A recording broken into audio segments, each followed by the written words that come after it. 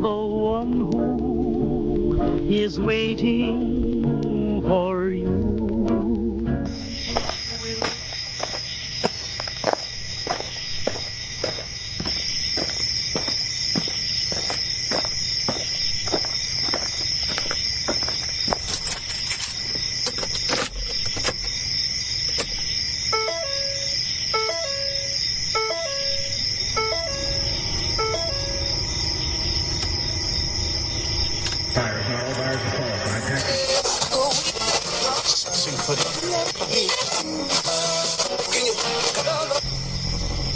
Message is being broadcast by the Department of Defense of the Republic. At 2 a.m. Eastern Standard Time, multiple unidentified objects were confirmed to have entered Earth's atmosphere. Discovery Houston, 20 seconds to LOS speed risk. Contact, I am to be in orbit. The first message that comes to you is you are a divine being. You matter. You count. You come from realms of unimaginable power and light, and you will return to those realms.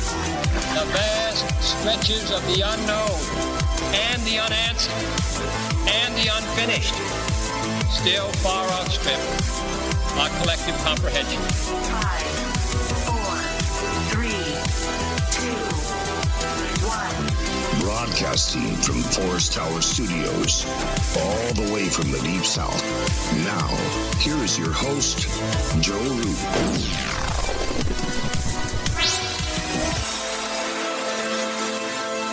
Broadcasting from a shack on a hill in the Mossy Creek bottoms of Cane Creek, Arkansas. This is Lighting the Void, and I am your host, Joe Root. Welcome. It's Wednesday night, the 18th, on into the 19th, and tonight we're going to learn how to listen for the dead and what they have to tell us. Tonight, author and medium Claire Broad joins us, and it's going to be a killer show. This is interesting stuff because what happens after we die? Are we going to get comforted? Are we going to meet our loved ones? Is it scary? All of that stuff. Claire's going to talk to us about that, and she's got a new book out we're going to be discussing too, coming up here just shortly. I've got to thank our sponsors real quick. AncientLifeOil.com. Make sure you get the best CBD oil on the planet. I don't know what else to say about that one. You hear me say it a million times. That's just all you got to say about it. If you've used CBD oils, that's the one to get. Also, they got the chocolate flavor too. Chocolate mint. That's my favorite. You got to get the chocolate stuff or just the regular flavor. Also, getthetea.com. It's simple. The website says it all. Get the tea. Get rid of the intruders. Stay cleansed. Get the icky out. And our new sponsor and new partner on the network, Barbara Charlton. If you've had a paranormal experience that has given you any type of trauma or post-traumatic stress, if it is due to a paranormal experience, you will get a session with her for free, an EFT session, which is incredible at healing these traumas. It's also been proven incredible at healing with veterans, with war veterans too. And so she offers these services to people for many reasons. Post-traumatic stress, anything in your life that's causing you trauma or stress. But look, if it's caused from a paranormal experience though, then she will give you a free session pro bono because she loves the Fringe FM so much. And she feels that no one's really helping, right? Who are you going to talk to in this case? No one's really helping. And if you go out and you start saying, look, I saw this happened to me, and this is how I feel. If you tell a therapist that, you're liable to get, you don't know what's going to happen. Not accusing therapists of anything, but it might not be safe.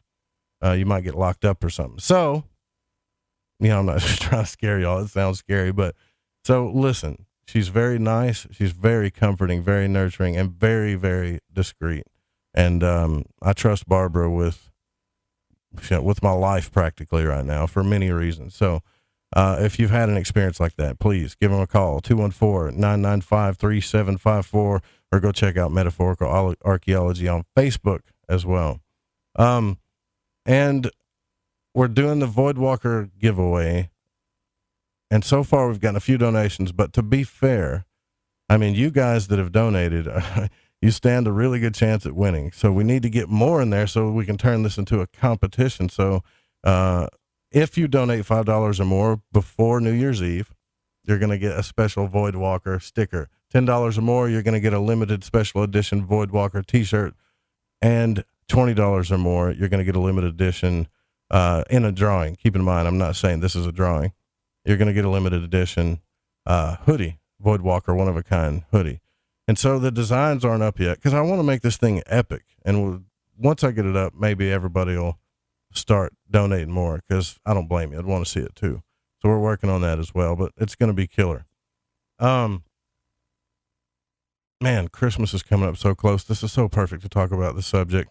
Real quick, though, I do want to give a big shout out to UFO Seekers again. Tim Doyle is really working hard behind the scenes, and they've got a new show, the Tim Doyle Show, here on the Fringe FM. I want all of you guys to listen to it, listen to the new episodes. We replay it. Go tell them what you think. Give them some feedback. Follow them on Twitter at UFO Seekers and hit them up on Messenger or just flat out on Twitter. Watch the new season, youtube.com/UFO Seekers. And if you've had a sighting, especially if you live out in the West, California, Nevada, New Mexico, those areas out there, Arizona, anywhere around there, and you've had a sighting you know is strange, give them a call, 661-UFO-7889. Also, I want to mention, too, that I don't mention this enough, but, Tim, they would also like to take your calls if you've had an experience, right? If you've had an encounter. So we're going to make sure I say that enough, too, because I haven't been. It's not just about UFOs, not with them. So here's the thing, right? We talk about death on this show quite a bit, and I've admitted to you openly as a vulnerable person that no matter how many times someone tells me that they've had a life after death experience, even when I believe them, death is a scary situation, right? It's something that we think about and wonder what's going to happen, and it makes us think about our lives and why are we here and all this big stuff. Or, some people just say, well, there's nothing you can do about it, so let's just not even worry about it. It's not practical. But here's the thing. Every person walking the face of the earth thinks about it, consciously or subconsciously. It's there. So are the dead, are they trying to talk to us? Are they trying to ease our pain? Let us know. Well, do you remember when we had the psychic on that did that reading? He said he wasn't going to do any readings for anybody. It was just a few weeks ago. And he did a reading for me just out of nowhere. And it came out of nowhere. And it was almost like, I can't explain the detail of what he was saying. I had people say, well, he was giving off your names and stuff, and anybody can look that stuff up. It's public record. Correct. It is public record. But the things that he was saying about the songs, about my grandfather and the stuff that he said to her, about Corbin, my son's other grandfather, just coming out of nowhere and wanted to say hi, and that I got the boys back. There was all kinds of, just even more than that, all kinds of little stuff that made a very warm and comforting, but still yet a hairy chill go up my spine. And you know what? The one thing that my grandmother wanted to tell me and my grandfather during that session that really put that lump in my throat was that we'll be here for you when the time comes. I remember that. And for some reason, they knew that was important to tell me that, because that's part of the reason why we do this show. Because it's like a void we don't know. No matter how many stories we tell us, our consciousness, our subconscious, our experience, it's not convinced yet until, at least for me, until we have the experience. And I don't want to die yet. So it's a constant wonder, right? But are they trying to talk to us? Are they trying to let us know everything's okay? I don't know. We're going to find out with our guests coming up too. And if you want to go check out that episode I'm talking about, it was the Divine Destiny and Life Path with Anton St. Martin. And that was a good show. So our guest tonight is Claire Broad, and she's over in the UK. It's 5:30 in the morning, and she's so friendly and chipper already. I can't believe it. I always feel so guilty when we have people on from the UK, but I can tell you right now, this is going to be a good one. And she gave her first message to a relative when she was 4 years old, when she started to develop her ability as a medium at the age of 21. Now, her hope was that through developing her skills that she might help others whilst better understanding the question of life after death for herself. She has 23 years professional experience working as a practitioner in various ways. She works in, looks like private sittings, public demonstrations, public speaking, teaching and writing. She also was the co-author of the best-selling book, Answers from Heaven, Incredible True Stories of Heavenly Encounters, and The Afterlife, which is Little Brown Books. And I think that's Piatkus, and author of What the Dead Are Dying to Teach Us, which is from Watkins Media this year. Claire is accredited by the Institute of Spiritual Medium as a registered and approved medium, which is known as a RAM or RAM. That's pretty cool. And has collaborated with thought leaders and researchers in the field of psychical research in an effort to educate the public about genuine mediumship. Man, we could use more of that really here too.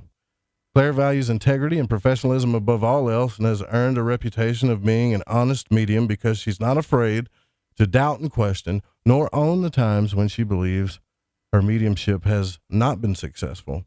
Claire believes exploring the evidence of the continuation of life after death is important, not because she should be encouraged to become reliant on a medium or feel the need to look for signs that their loved ones are around them constantly. Yeah, that was hard for me to say because I feel like choking up again, but rather because expanding our awareness to the possibilities of life itself and trying to understand the true nature of consciousness may bring about the potential for healing, how it may bring about that potential, peace of mind, change and growth.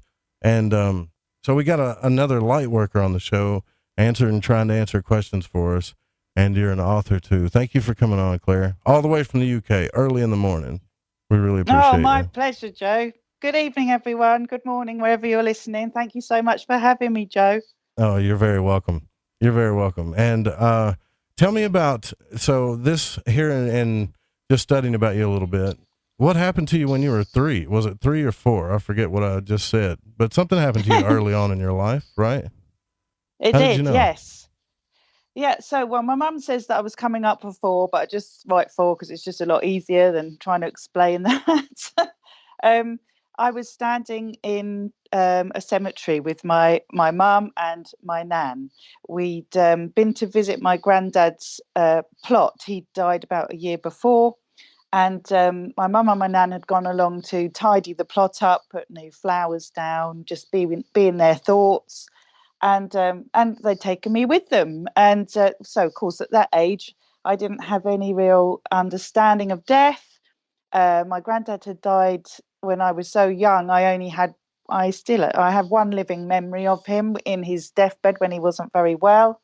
And to be honest, I had no bonds there. So I wasn't old enough even to have the maturity to even care that he died. So, I mean, for me, it was a day out and I was just playing and I'd found some stones and there was a tap and vases for people to, fill up with water, put flowers out. And I was just playing with all of that. And I suppose as children are, they're in the moment. And I was just enjoying that space. I guess my mind was completely clear. And I just felt my grandfather come really close. I knew it was him instantly. It was an instant recognition. I could feel his personality just blending with my own.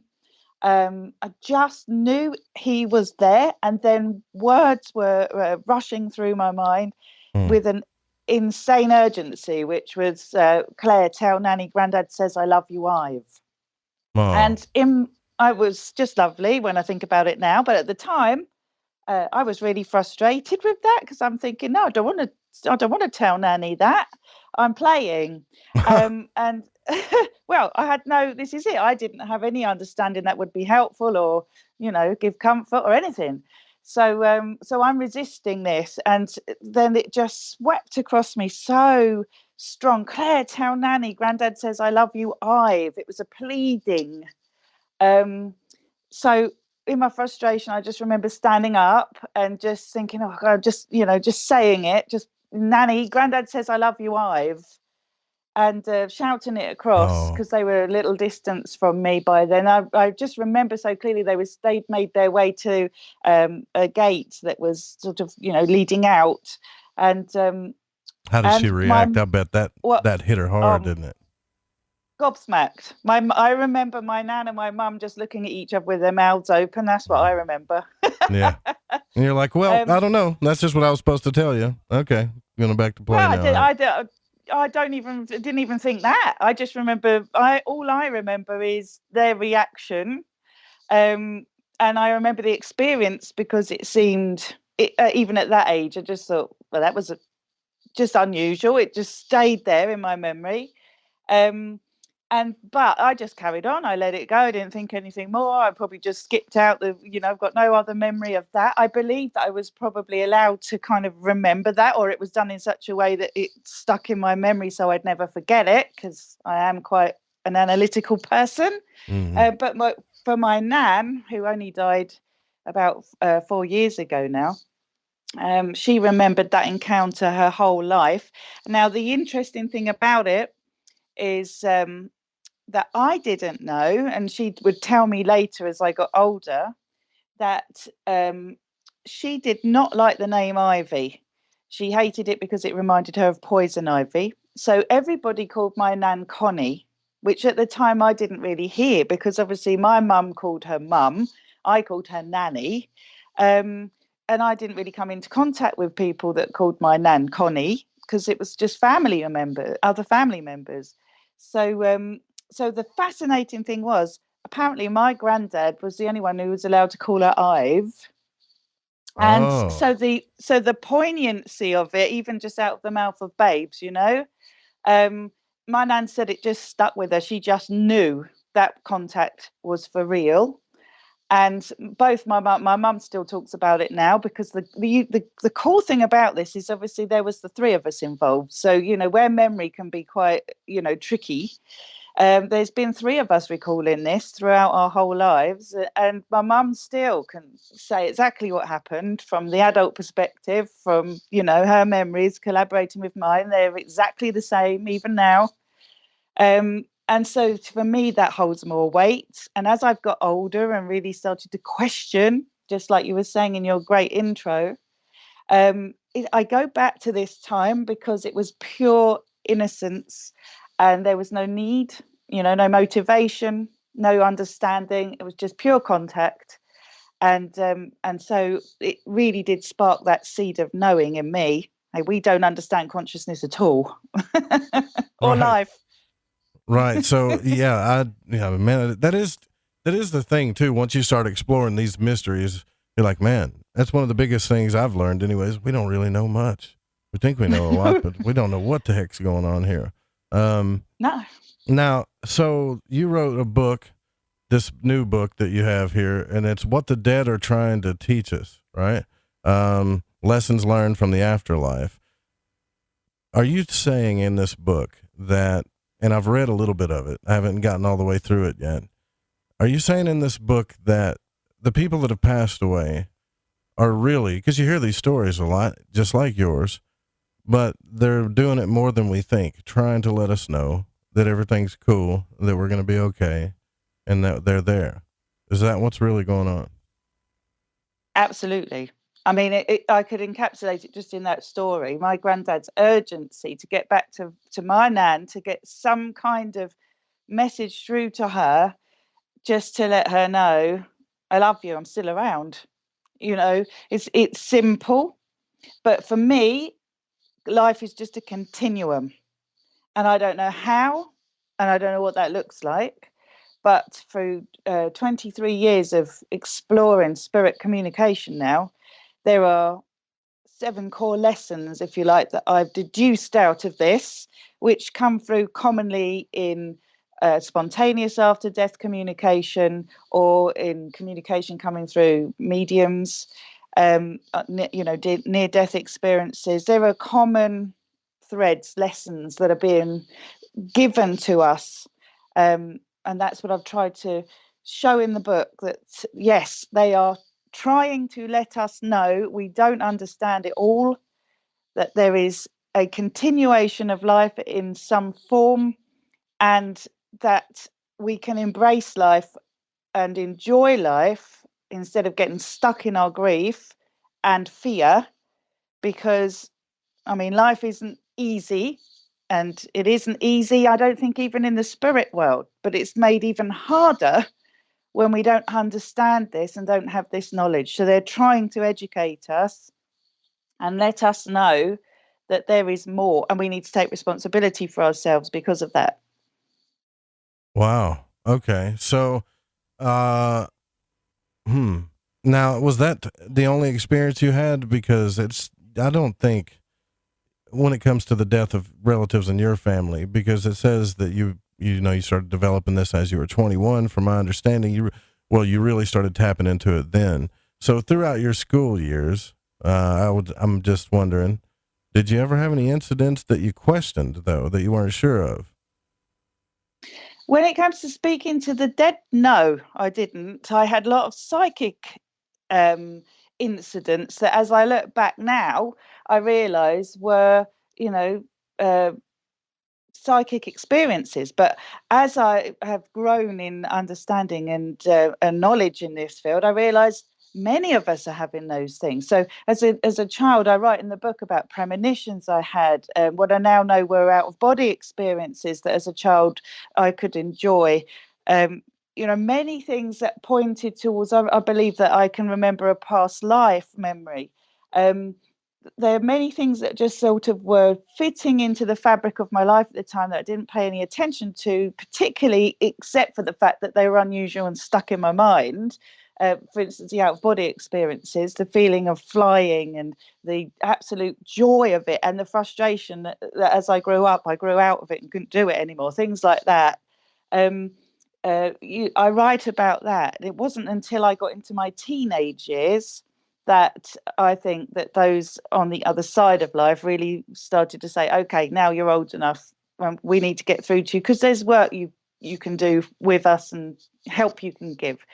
So then it got very interesting in my teenage years. So very typical, isn't it, when you think of the paranormal teenager, all sorts of activity going on around me. But I would think that would happen as you get in your adolescence, and those energies start coming around more and more, and then you become an adult. Last night we were talking about transitions that you go through in your life where you kind of have these rebirths. And I think during those times, people actually sit into their gifts more.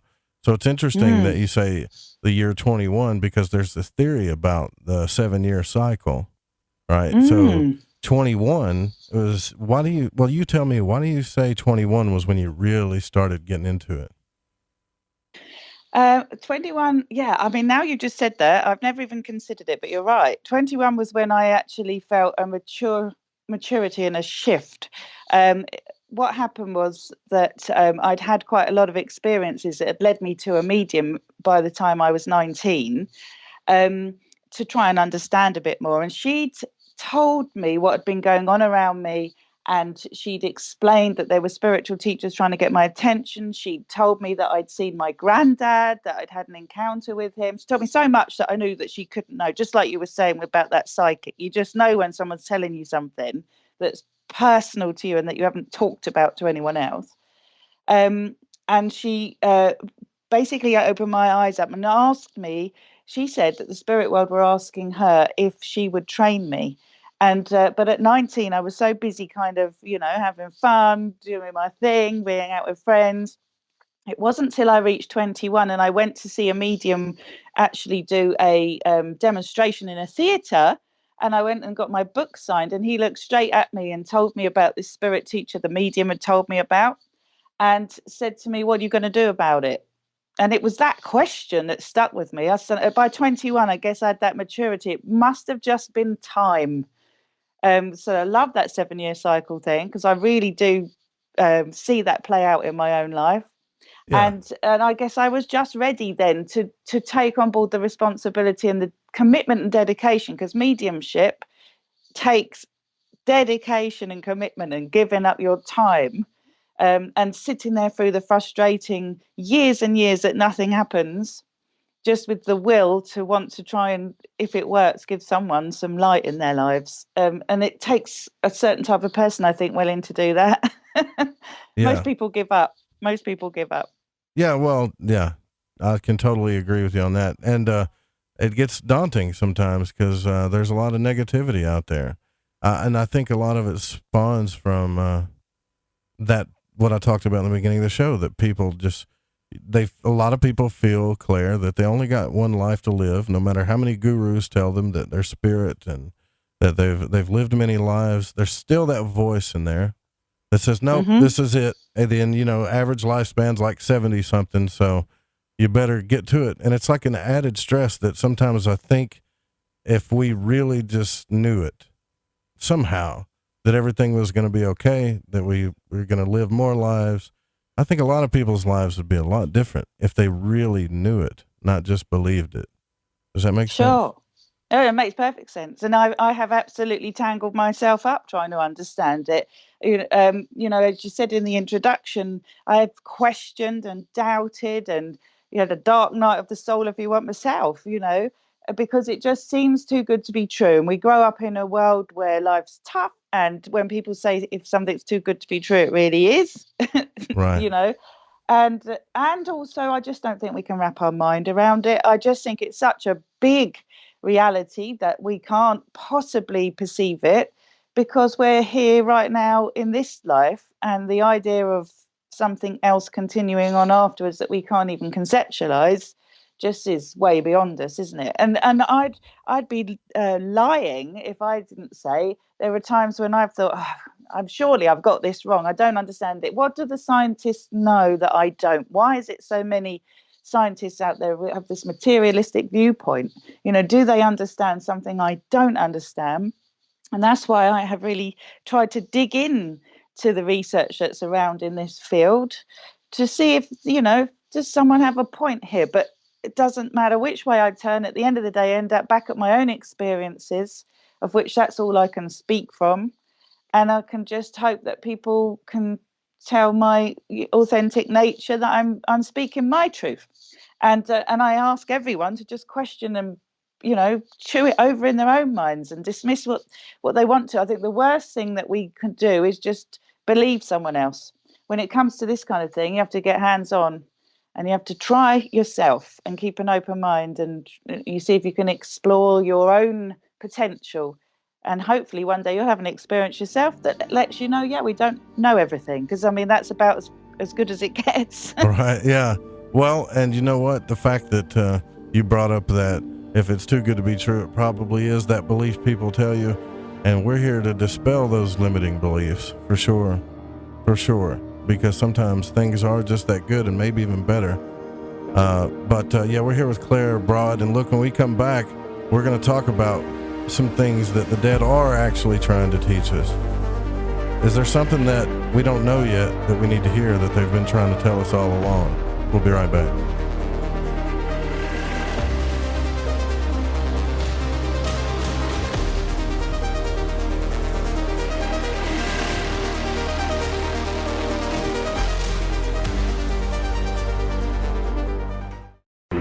I'm Clyde Lewis. You are listening to The Fringe FM.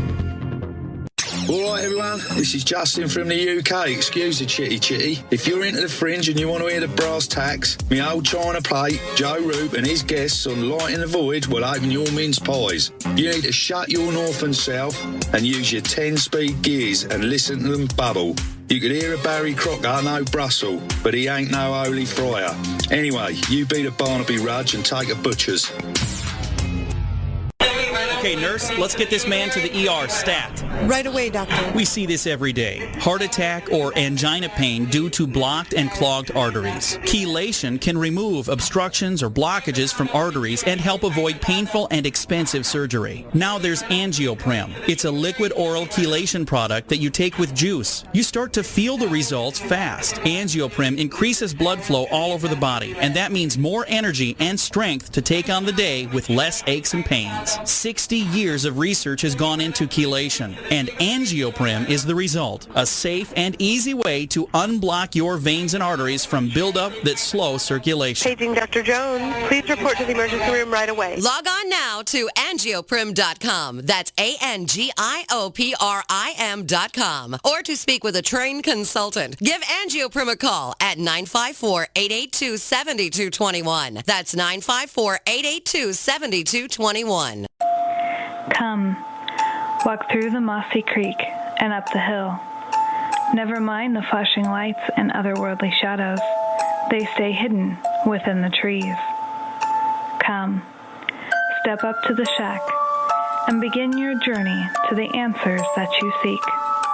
This is Lady Anne, and you are listening to Lighting the Void on the Fringe FM. This is Barbara Charlton from Metaphorical Archaeology. If you've ever had a traumatic paranormal experience, the effects of it may stay with you for years. Who do you talk to? You can't go to conventional help. What we do is we use emotional freedom techniques or tapping to actually neutralize the effects of that event. Maybe when you tell the story now, your heart races and your palms get sweaty. You don't even want to think about it because you don't know how to neutralize that. That's what EFT tapping does. It neutralizes those emotions. The circuit that was recorded on is gone. The energy flows freely and you're free of it. And that's what emotional freedom is all about. We offer this as a pro bono service, but this is something that I offer because no one, it seems, is helping people with these experiences. If you'd like to reach me, it's really easy. My cell phone is 214-995-3754. Please leave a message. I will get back to you as quickly as possible. Or you can email me, barb.eft@gmail.com. And EFT stands for Emotional Freedom Techniques. Reach out to me. It's confidential. This works. You won't believe the results. Okay, here we go. AncientLifeOil.com. AncientLifeOil.com. Now this is for CBD. AncientLifeOil.com. Again, for CBD. Where do I get CBD? AncientLifeOil.com. It's pretty good stuff. Organic, non-GMO. We are the Ferrari of CBDs. AncientLifeOil.com. You know, they say when you mention a person's name 3 times when you first meet, that you're going to remember. So I'd say to you, nice to meet you, AncientLifeOil.com. It's AncientLifeOil.com, right? Nice to know that you help people. AncientLifeOil.com. Think about this. Occasional stress, occasional anxiety, occasional inflammation, occasional stiffness, and intruders that get you down. AncientLifeOil.com. Okay, so I'm going to give you a fact for the day. So Ancient Life Oil does not help you with business deals. Hold on a second. If you feel better, it could help you make a better decision. Okay, I'm wrong. Just remember to go to AncientLifeOil.com. This is Corbin, son of the one and only Joe Root, and you're listening to The Fringe FM.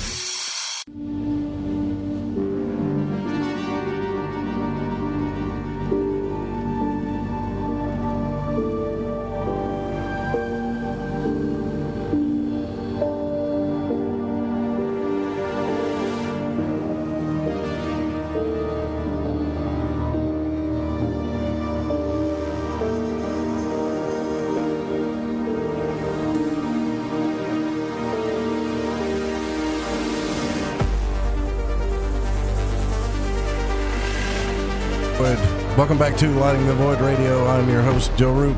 Our guest tonight, Claire Broad, author, speaker, and medium.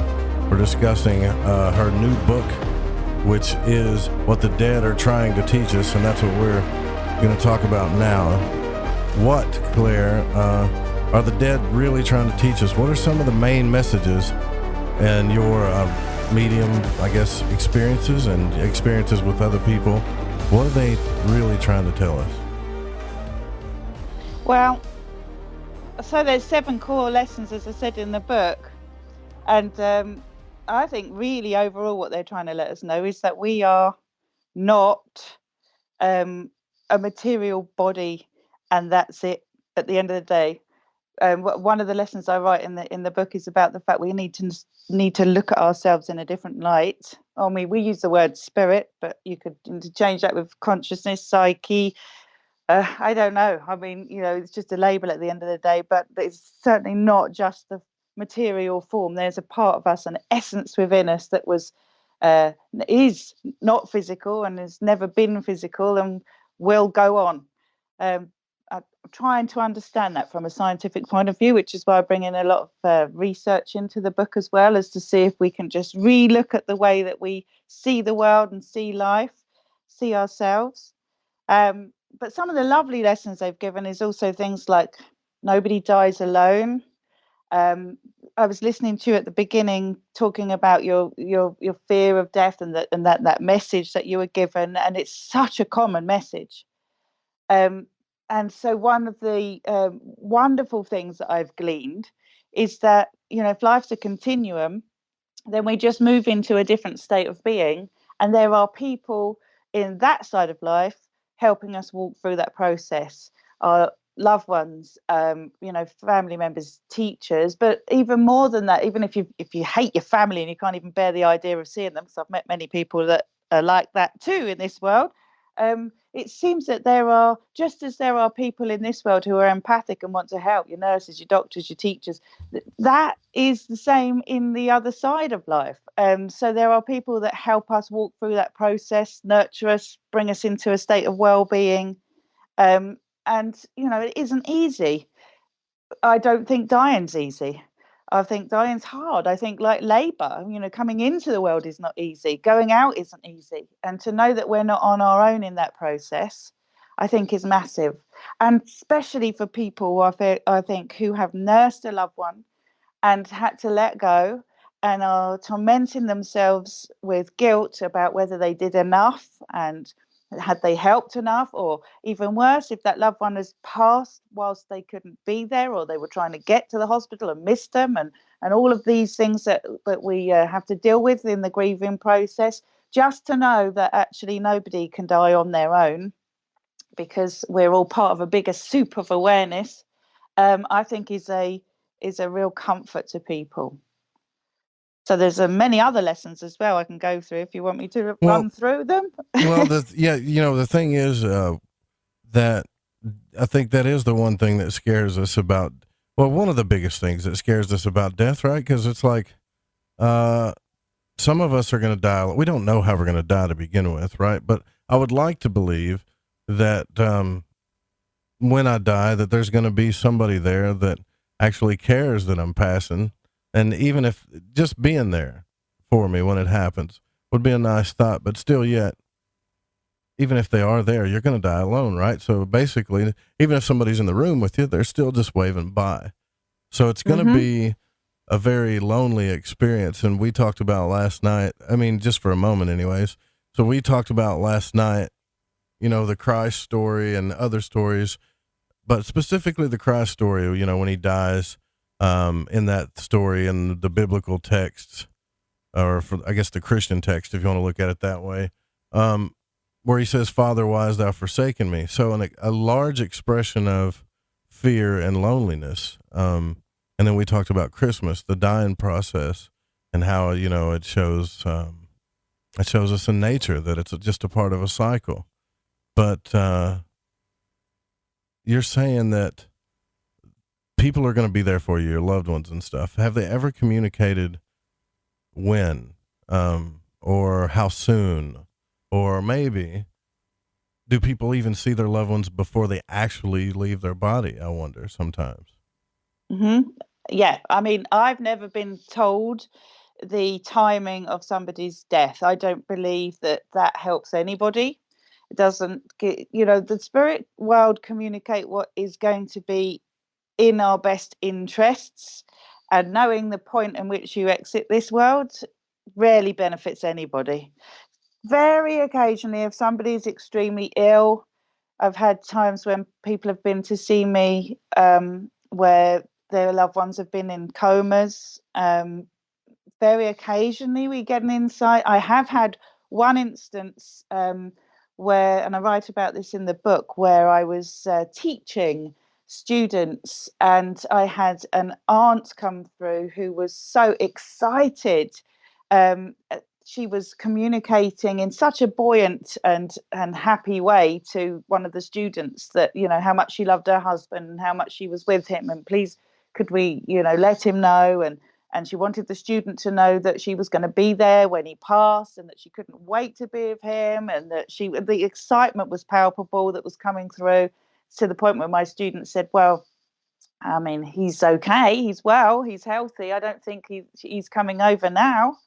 And we got, so there was no predictions, there was just this love. And when she got home, she rang me and said that he had passed, as a shock. and that she knew that her aunt had come through to let her know, I've got him, I'm with him, I can't wait for him to come. It literally was like 4 hours later from her leaving, from that message to him passing.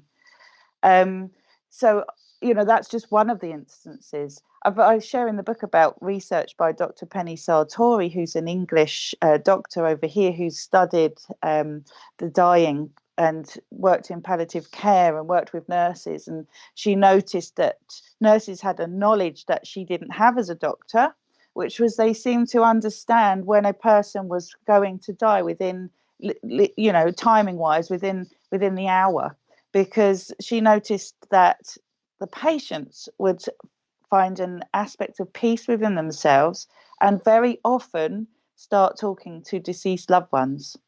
And the nurses knew that once that process started, that we were talking about, hours, not days. And she was fascinated by this. So she studied in our National Healthcare Service, the dying, and noticed that it's a common thing.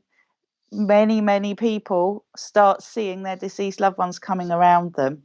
In my own personal experience, when I was nursing my nan when she was dying, I was frustrated because I couldn't sense the spirit world around me because I was so grounded in my own grief and the stress of dealing with somebody who's needing 24 hours care and wanting to do a good job and be there for her. I was very much in this world.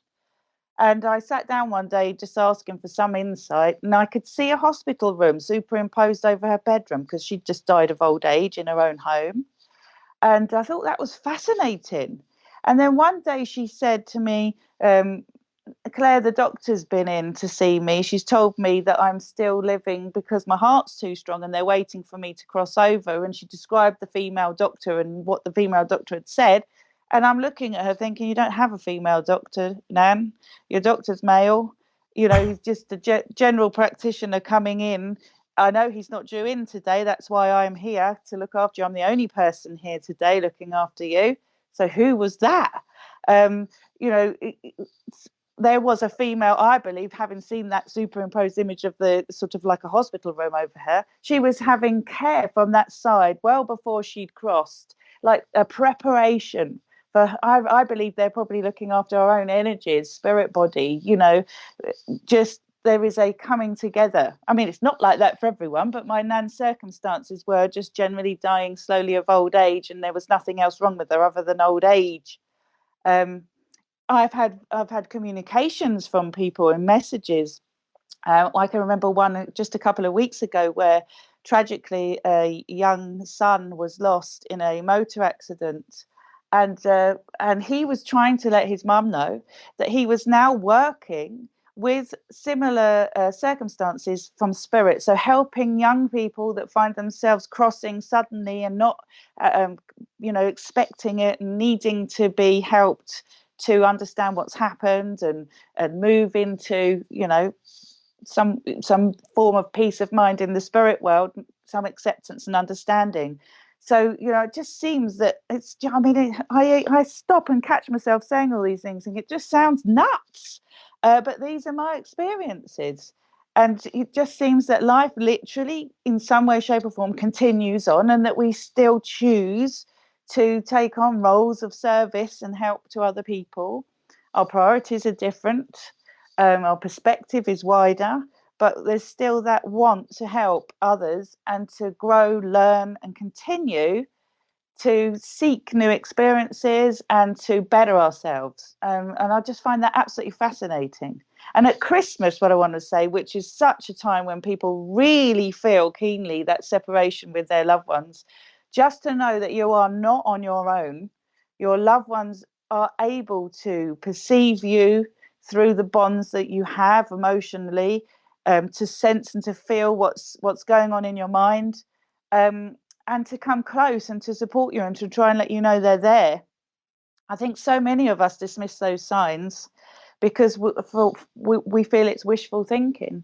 And I wonder how many contacts we're dismissing because we just can't actually hold that as a reality in our mind, or we worry that, am I going insane? Is my grief making me want to not face reality? And, it's not about not letting go. It's actually about letting go and realizing that life moves on both here and there.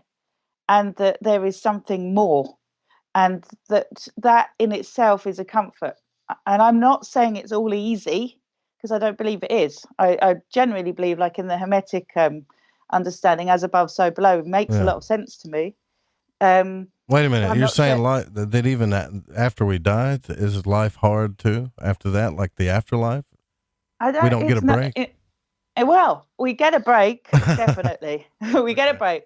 But are we just sitting on a cloud plucking a harp, singing a lovely tune? How boring would that be? No, we don't. We don't suffer physically anymore. We don't have the pain of the physical world. We don't have the survival needs in the physical world. We don't have all the dangers that are around every corner in the physical world. But we do have our emotional well-being, and we have other challenges. So, because that's what makes life interesting. And why would we just want to I don't know, just sit staring into a blissful state of being for eternity? I mean, the difference is we don't have time. Time seems to be an illusion, and it doesn't exist in the same way in spirit. But, I'd be lying if I said to you I hadn't met unhappy people in the spirit world. There are people that are still working through their stuff. But that's okay, because one, they're being supported if they look for that support. I think the issue here is choice, freedom of choice, freedom of will. And if we turn that help away in spirit, if we turn it away here, we suffer. And if we embrace help, if we embrace,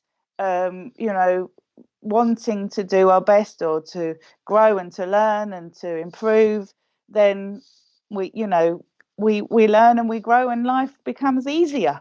It doesn't have to be difficult. And I suppose in spirit, what we don't have is we don't need to earn money. We don't have all that strife. That's the good thing, right? You don't have to pay for coffee anymore. Exactly. We're not in a system. I mean, that's the freedom and the liberation of that must be immense. So really what you are in is a situation where you're in dimensions of existence where like attracts like, it seems to me, and your state of being pretty much dictates that. And that isn't your mental health. I need to make that clear. So there are plenty of people that suffer with mental health here, psychosis, or people that take their own lives from depression, and where the brain becomes imbalanced. Anything that's brain related, clearly that's no longer an issue, because when you move into spirit, you haven't got your material brain anymore, but it's your inner sense of personality, the essence of you. If you're somebody that just loves the drama, just wants is hateful inside, or just is drawn to negativity, enjoys the experience of all of that. And there are people like that. Revengeful. You gotta pay everybody back. Yeah, exactly. I mean, it just seems that's if you identify as that, and you enjoy that identity, and or you feel you need that identity for some reason because that's how you survive, then you move into spirit with that same essence. It's that you're working through. It's funny you say that, because in Robert Monroe's book, he talked about, in Journeys Out of the Body, where he would meet people that had passed on. Say, for instance, there was an instance in that book where a mother was angry because something happened to her son. He didn't die the right way, or was killed unjustly. And so she stayed in between realms to put up signs and just cause chaos and stuff because she was so angry. So there's definitely spirits that just aren't happy, and they want to, I don't know what they want to do. They just want to get revenge, maybe, like you're saying. Well, I think they're stuck in an identity or a reality that they believe is true, and it's not until they shift their perspective and see things differently, like all of us here. It's no different in that respect, is it? It's amazing how you can perceive your life's going really bad, and then suddenly you can just decide in one day, do you know what? I'm tired of thinking this way. I've got to change my mind about this in order to get out of it. You shift your perspective, and nothing outwardly has changed other than what's going on within you. And it's the same in spirit, because that's what I'm talking about. That's the essence. That's the part of us that isn't ever physical in the first place, And it's that part of us that seems to continue on. So, but I want to make sure people understand this is a choice. People choose that identity. They choose the anger because they think it's helping them. Some people don't want to let go of their anger because they think it feeds their desires, motivations, or, successes. It's always a choice. So no one's keeping them there. I don't like the idea of, where people say, oh, spirits are trapped. I don't believe they are. I believe they're making a choice. You think they're trapping themselves, basically. Yeah, right. Absolutely. And it just takes somebody or something to happen where they shift their ideas. I was reading Dr. Eben Alexander's book. I don't know if you've heard of that, Proof of Heaven, where he has a near-death experience. And it fascinates me that he says that, he was stuck in this murky, underworldy place. And that he would then choose to focus on, he could hear notes of music, choose to focus on that, and then lift himself up by his focus and attention into beautiful realms of heavenly existence. And so it just implies, doesn't it, that in some way, shape or form, we can focus our attention and it will dictate a lot of our experience. And I just find that absolutely fascinating. And can I just say, for the most part, most of our loved ones, most of the people that we know, let's face it, in my experience anyway, most people in this world are good people. Mm-hmm. They're seeking happiness, they're seeking love, they're seeking connection, they're seeking growth, and most people aren't seeking anger and torturous existences. So therefore, their experience in spirit is a very positive one, because that's what they're aligning themselves to. And it seems as we grow and learn, that becomes even more and more euphoric, which is where I think, your Buddhist monks and people like that have focused on their mind and well-being emotionally, reach those states. And you can have it here or you can have it there, and vice versa. So, because I don't really know where there is other than all around us, just not in the... Well, you wrote the book. No, it's okay. I understand what you're saying, and I totally agree with you on that. It is interesting to think, though, that we need to really pay attention to what we do here if we do get trapped, like our anger and stuff that we want to get revenge or whatever it is. Because if we take that into our afterlife, if that's true, then we need to watch out a little bit more what we take in, because there were people in that book, Claire, that had addictions that couldn't let the addictions go, right? And I say trapped, not trapped. I didn't mean it like someone was trapping them. More like, they were trapped by their own stuff. If it was like cigarettes or alcohol, some had sex addictions and were, hanging out in people's bedrooms. It was just really weird. And I didn't want to believe it until I had my own out-of-body experience and realized, oh, this is real, And as you have that out-of-body experience, you realise that the essence of who you are, your personality, your feelings and everything is all still intact, isn't it? It's just the same. It doesn't suddenly become all enlightened and we don't attain Christ consciousness just because we die. That is something we have to do the work. And I think that's why many spirit people, loved ones, family members are trying to reach out across the void, trying to let us know, let go of those emotions, let go of the guilt. I'm fine, I'm well, live well, be happy, reach for the light within, because then you can enjoy the experiences of life like I am. I've really learned that love never dies. I just really feel it's one of the most powerful powers, I suppose, energies in the universe. Are you saying love is an eternal energy that never dies? Is that what you mean? Yeah, and I think it connects us all. And it's what I've learned in readings when I'm doing readings, because they're not always successful, and I always find the ones that are really at their strongest, where the flow is just, I can't stop it. The information is just coming. I'm not even thinking about it. It's just coming out of my mouth. It's those bonds where there's a real need by the person here, and where there is a real strong bond of love between them and their loved ones in spirit. They're the really successful readings. The ones where, maybe there wasn't so many strong bonds of love, or whether there's not really a need, someone's just curious. I find the sittings, they're shallow. There's not a lot there. So I describe it like Really? Wi-Fi. Sometimes I'm on 1 bar, sometimes I'm on 3 bars. Yeah, and so it's that love. That's why we shouldn't fear spirit communication. Certainly not mediumship. One of the chapters in the book is called "You Can Rise Above Fear," because it's my experience that there, over 23 years now of clients contacting me across the world, that there are kind of 3 key elements that people are really fearful of. They're fearful of their religious upbringing and their doctrination, what they've been taught. You're calling up spirits, tricks of spirits. It's just demonic, all this kind of thing, which has not been my experience at all. There's you hadn't ran into too many demons, huh? Amazingly, no. No, I know I've only experienced the positive, but then again, maybe that's because that's what I'm focused on. Probably, yeah. Yeah, I really believe that's your protection. If your mental state of being is sound, if you've got purity and intention, the way you want to help and you want to connect in that love, then you're not going to experience anything else. And if you are, you're going to dismiss it, and they're not even in your reality to. So I don't think there's anything to fear.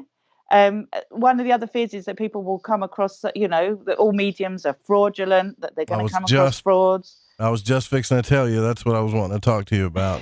Yeah. Because I'm already getting some messages about that. Now, our listeners in the chat room, they're, they're skeptical, but they're healthy skeptics. And they're saying, look, I've never really believed in channeling, but I'm open to it because let's face it, Claire, you and I both know there's people out there that are ripping people off that aren't the real deal. And, I don't think that's what is going on in your case at all, based on your reviews and what other people are saying about your books and their experiences. But you find it hard to go out into the world and keep doing this with all the skepticism, or do you even come across it the way I do when it comes to channeling and mediumship and stuff? Oh, sure. I mean, I've been trolled. I've had everything said to me. You're a grief vampire. Snake skin, whatever it is. Grief vampire. That's a new one for me. That's pretty good. Well, yeah, that's pretty cool, isn't it? It's not the case at all, actually, because what genuine mediumship does is help people move through their grief. So you're not actually benefiting off of somebody's grief because you're releasing them of it. So I mean, it's just so inverted truth anyway. I've had all of those accusations. They're just opinions. I don't expect people to understand my perspective, like I said, unless you've had an experience yourself. And I've grappled with it myself. And I've worked closely with Dr. Julie Beischel in the at the Windbridge Institute in the States, because she has worked with mediums, studying them, put in stringent scientific processes to ensure she can say without any doubt that fraud can be counted out here. And the statistics that she is able to show in her science are phenomenal. I mean, she's got to the point now where she can say, I can scientifically prove that not all mediums are fraudulent. I can't prove an afterlife. I can prove not all mediums are fraudulent. And I just think it's ignorance now. Much of her work is on the transformative power of these sittings. I mean, I've lost count of the amount of emails and messages that I've received from people literally saying to me, you saved my life, I'd lost all hope. I can get on, I can live again. I know that, my loved ones are with me. And I also think the fallacy is that most people that come and see a medium are really vulnerable. That's not my experience. I find most people are hugely skeptical. They believe they've heard the same narrative, all mediumship is fraudulent, and they're really on their guard. But of course there are frauds out there, but I think, literally you can know a tree by the fruit it bears, and you can just see there are red flags all around for those that you should be walking away from, and it isn't all about the money. It's a lot about conduct, a lot. And I believe, if I just bring it back to myself, because that's all I can speak from, I speak in what I hope is truthful terms. I can't prove an afterlife. I can give an experience that gives evidence for something more that you have to go away and chew over. But I would never say to somebody, I can sort you out, I can prove you, I can sort your finances. I mean, that's the stuff of psychics. I'd never say, you come and see me, you need to come back, you need another 6 sessions. I would never say, oh, you have a demon attached to you, I can remove it. If you come back, we can do it over 6 times. There are just red flags all over the place. Ego being one of the massive ones. If it feels like that person is all about themselves and talking more about themselves than you, and there are simple. I write in the book there are simple. There are 3 simple stages to a message, so you can learn when you're getting something that's credible and when you're not. Well, we'll talk about that too. I would love to learn that, as well as some more messages of what the dead are trying to teach us with author, medium, and speaker Claire Broad. If you want to call in, the phone lines are open now. It's 1-800-588-0335. This is Lighting the Void. Stay with us.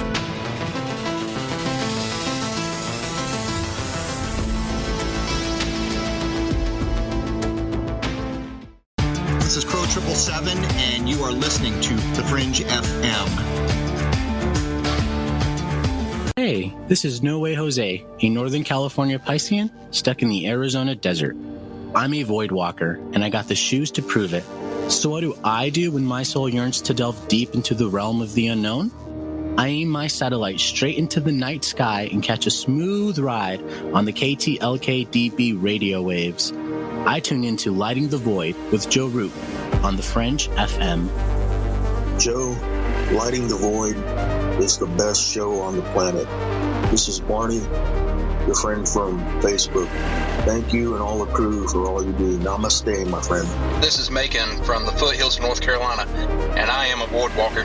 G'day, void walkers. This is Lily from down under Australia. The world may be small, the enigma is greater. So let your curiosity take you for a journey with Joe Root. Hey, this is Fee, coming in from Central Maryland, and I am a void walker. This is Kevin Doherty, a beginner void walker.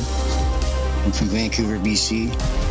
I know a little about a lot, and as Leonard Skinner said, I'll guess the rest. I learned a lot from Mr. Root in the show, and I heard it from the beginning. I knew right then he was going to be a new Art Bell. Thanks for all your shows, and keep it up.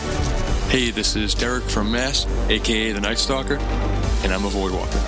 This is Mark from Chicago, and I walk the void to ascertain what is consciousness. My name is Jared Johnson, and I'm from Humboldt County, California. I do not know all of the answers to the questions about reality. I do not claim to know the ultimate truth about life. I seek that which has been made hidden as a part of a family of explorers of consciousness. I'm a void walker. Thanks, Joe Root. Why is it we're not very good with our health regimen until it's too late? We don't put oil in the car until the engine blows up. When the body's out of balance, your health is not so good. Give your body some love. Log on to GetTheT.com. That's GetTheT.com. Try our Life Change Tea, which cleanses you from harmful intruders. A clean colon is one of the ways to bring the body in balance. We also carry organic supplements to help you get where you need to go. So do your body a favor. Log on to GetTheT.com. That's GetTheT.com. You can even visit our sales page to save some dough. Does anybody call money dough anymore? Anyway, if you're looking for short, helpful health tips, go to YouTube and punch in Health Matters Now. That's Health Matters Now. So, log on to GetTheT.com, shop, get balanced, then learn some cool tips at Health Matters Now. You'll be glad you did. That's GetTheT.com. Alex X. Hi, I'm Alex Exum, and you're listening to The Fringe FM. This is Reverend John M. Polk.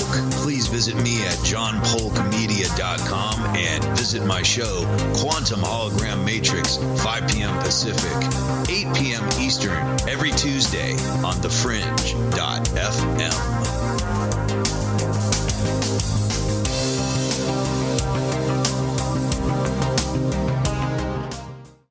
Hola, Fringe listeners. This is Dave Cruz of Beyond the Strange, and you're listening to The Fringe FM.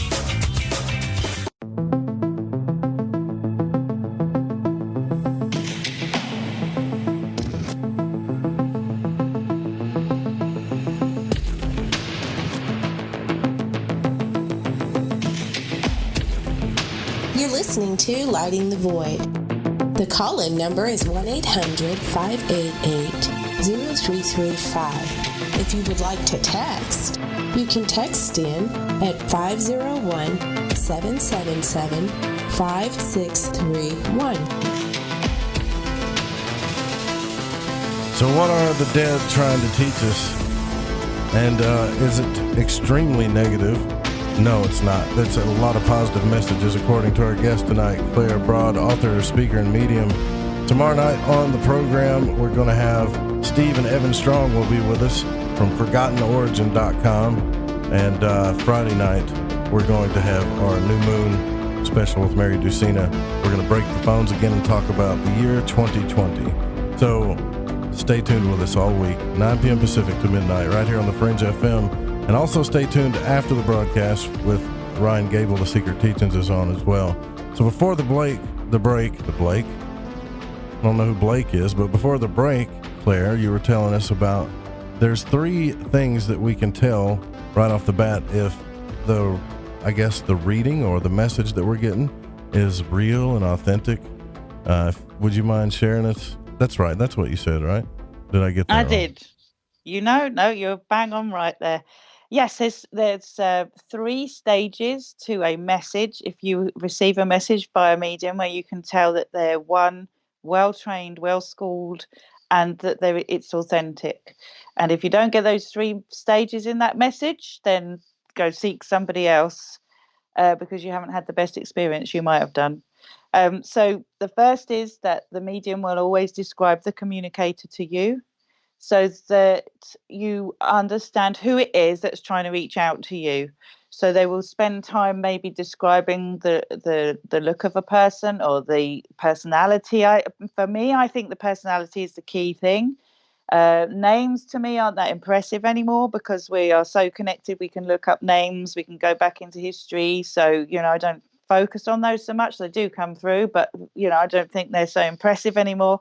But if you can bring the essence of a person alive, if you can describe the personality of a person, if you can describe the relationship of that person to the client, if you can describe the conditions of passing, perhaps, maybe just things about them, their occupation, historical things that person knows, then you, as the recipient, know who it is who's trying to communicate with you. And sometimes it's people that you don't know, and you have to go away and find out, but you should be able to have enough information from that medium to research it. Otherwise, what's the point? There is no, there's nothing evidential in it at all. And then from there, that can't be classed as evidence of survival, as mediums call it, evidence of survival. And remember, we're not talking about scientific evidence. We're talking about the kind of evidence you'd get in a court of law, the experiential evidence, something to suggest. But that can't be classed as evidence because actually the recipient knows that person. So it could be argued at best that you may be reading the mind of your sitter as the medium. So the medium then has to move on and try and provide some information that is going to be beyond the sitter's knowing, that they can go away and research. So in general, to prove that person's still around with your sitter, the medium will then move on to giving you information about you, what's going on around you now. What is your loved one in spirit seeing? What have you been up to that proves that they're not dead? They're still seeing what's going on around you. And they may also then give information that you don't know and have to go and find out. And that's where the real cherry on the top is. I'll give you a story in a second that will back up what I'm trying to show you here. And then the last stage of a message is the message itself. Why has that loved one come? Because it is not easy for them to, get back into our physical world to get a message across. And so as a medium, we always honour them, their efforts and what they're trying to say. And they have knowledge and wisdom that we can learn from. And so you always give the reason for their coming. And that might not be what you want to know. I often tell people you'll get what you need, you won't get what you want. There are times when you get communicators you weren't expecting to hear from. You have to just suck it up, because if you wanted to hear from I don't know, mum, but dad comes through and you didn't want to hear from dad, there is always reason, and you could be dismissing a very important encounter if you just close your mind off to it. But those three aspects are absolutely genuine mediumship. And I see too often that there are very wishy-washy general readings being given out where a so-called medium can't tell you at all who they've got with them, and they'll start saying things like, they're telling me this, or I'm getting this. Well, that sounds more like an intuitive psychic reading.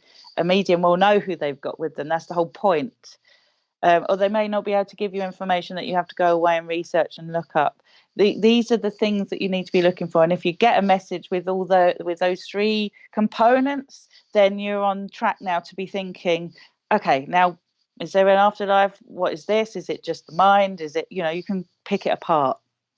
Would you like me to tell you a story as to how I kind of have got to the stage where I really believe that mediumship's for real and it's not just my imagination? Well, yeah, but first I want to be real clear before you tell the story.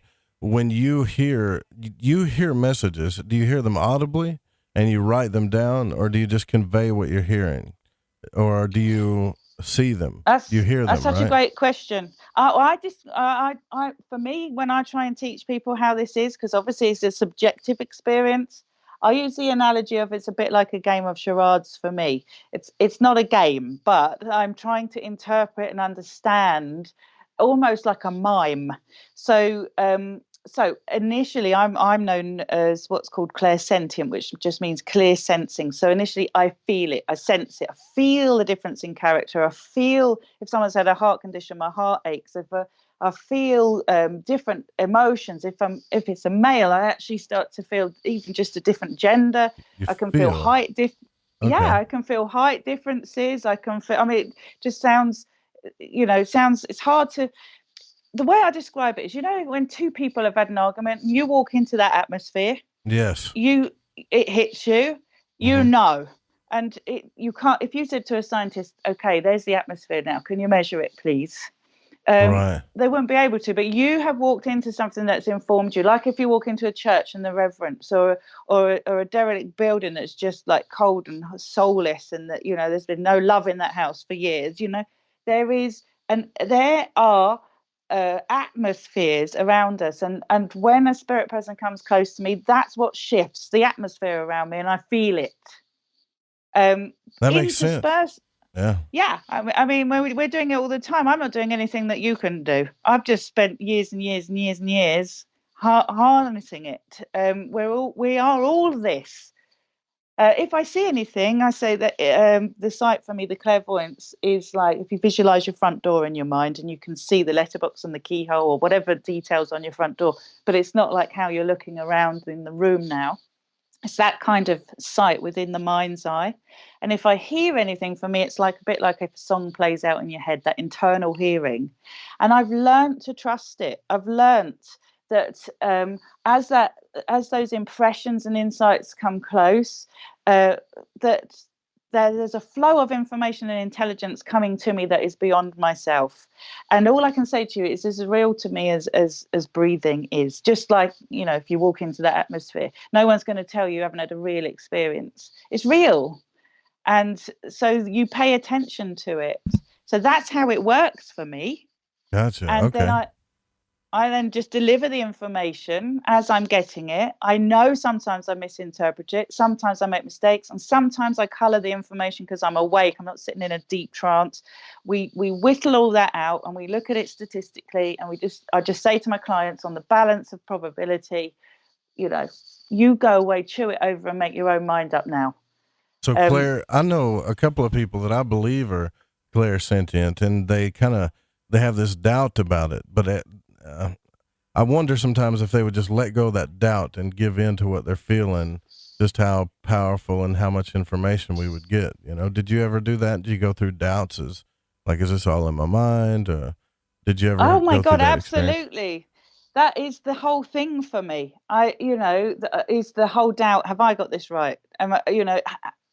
I used to say to my teacher, I'm making this all up. I feel like I'm imagining it. I can't do this.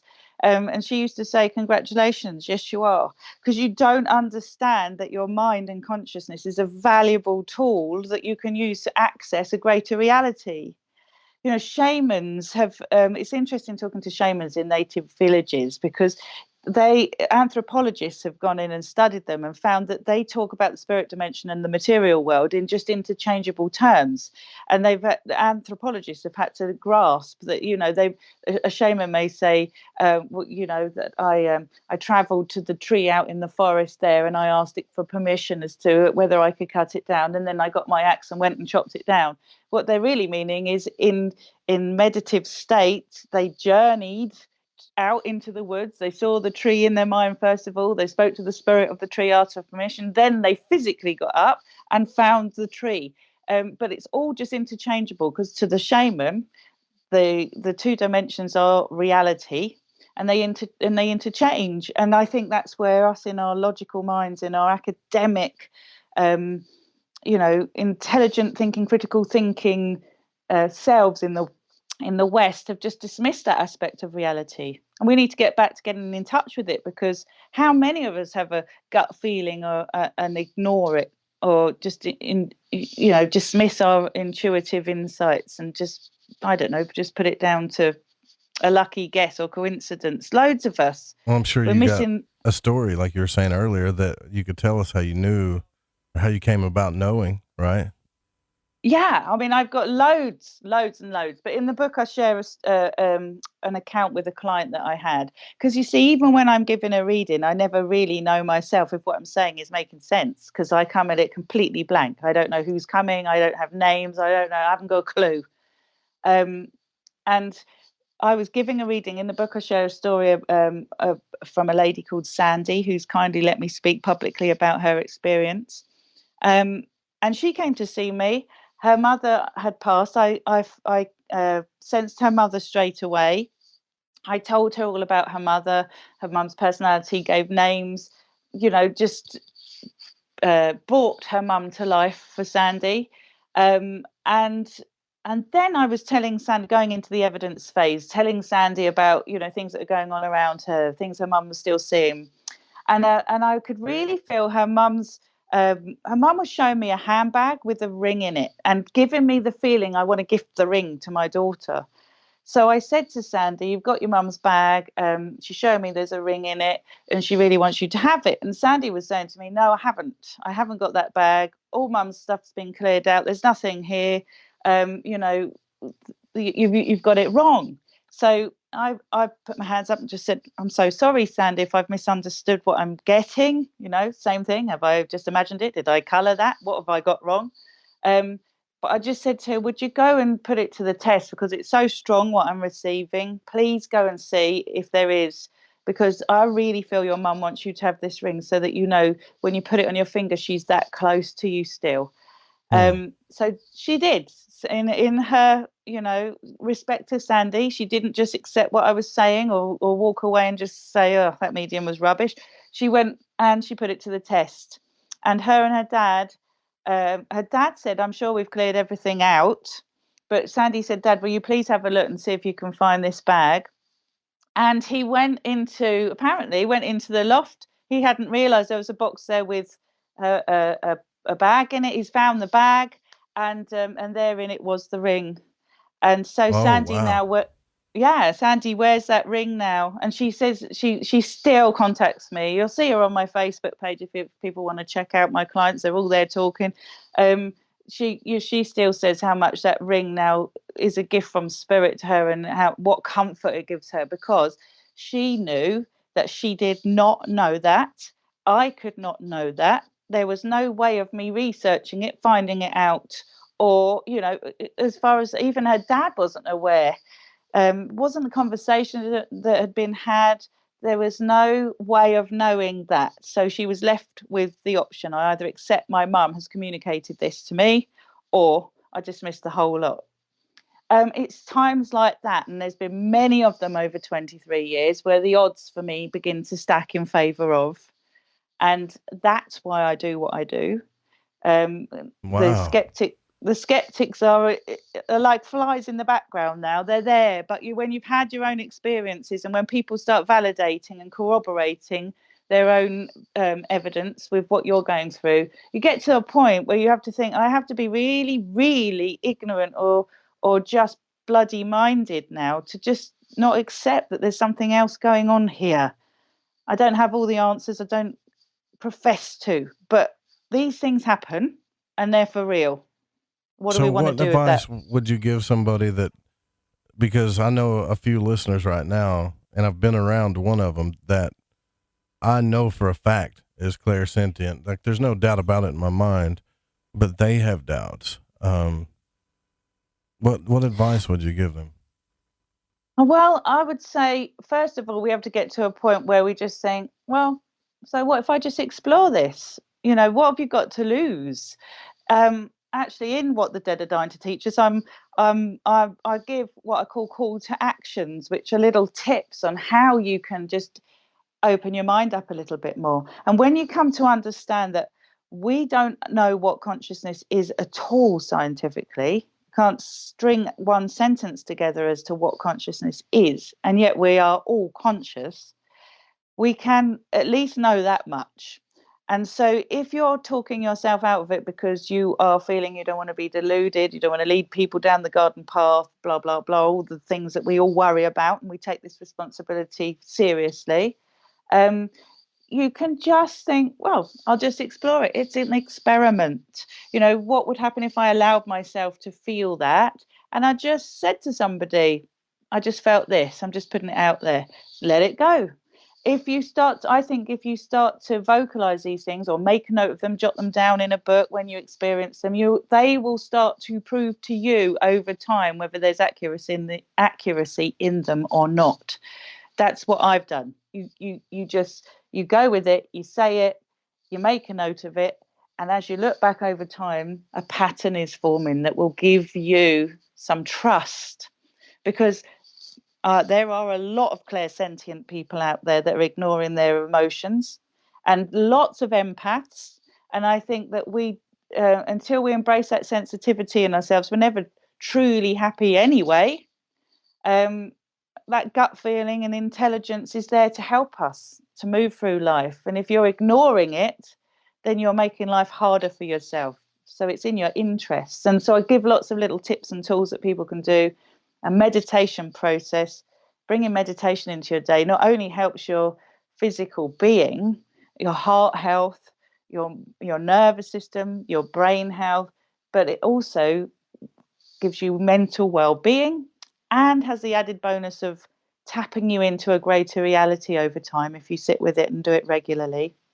Wow. And so it's all, there's all these very, very, I think, natural, simple tips and tools that people can do. So if you're feeling it, say it, write it down, make a note of it. Don't just ignore it, jot it down. And then just over time, it will start to prove itself to you. You won't have to do anything. You don't have to run out in the street and profess this to everybody. This is a personal experience. For me, mediumship, spirit communication is an experimental process, and I treat it like a science. And, I just... Which I respect that.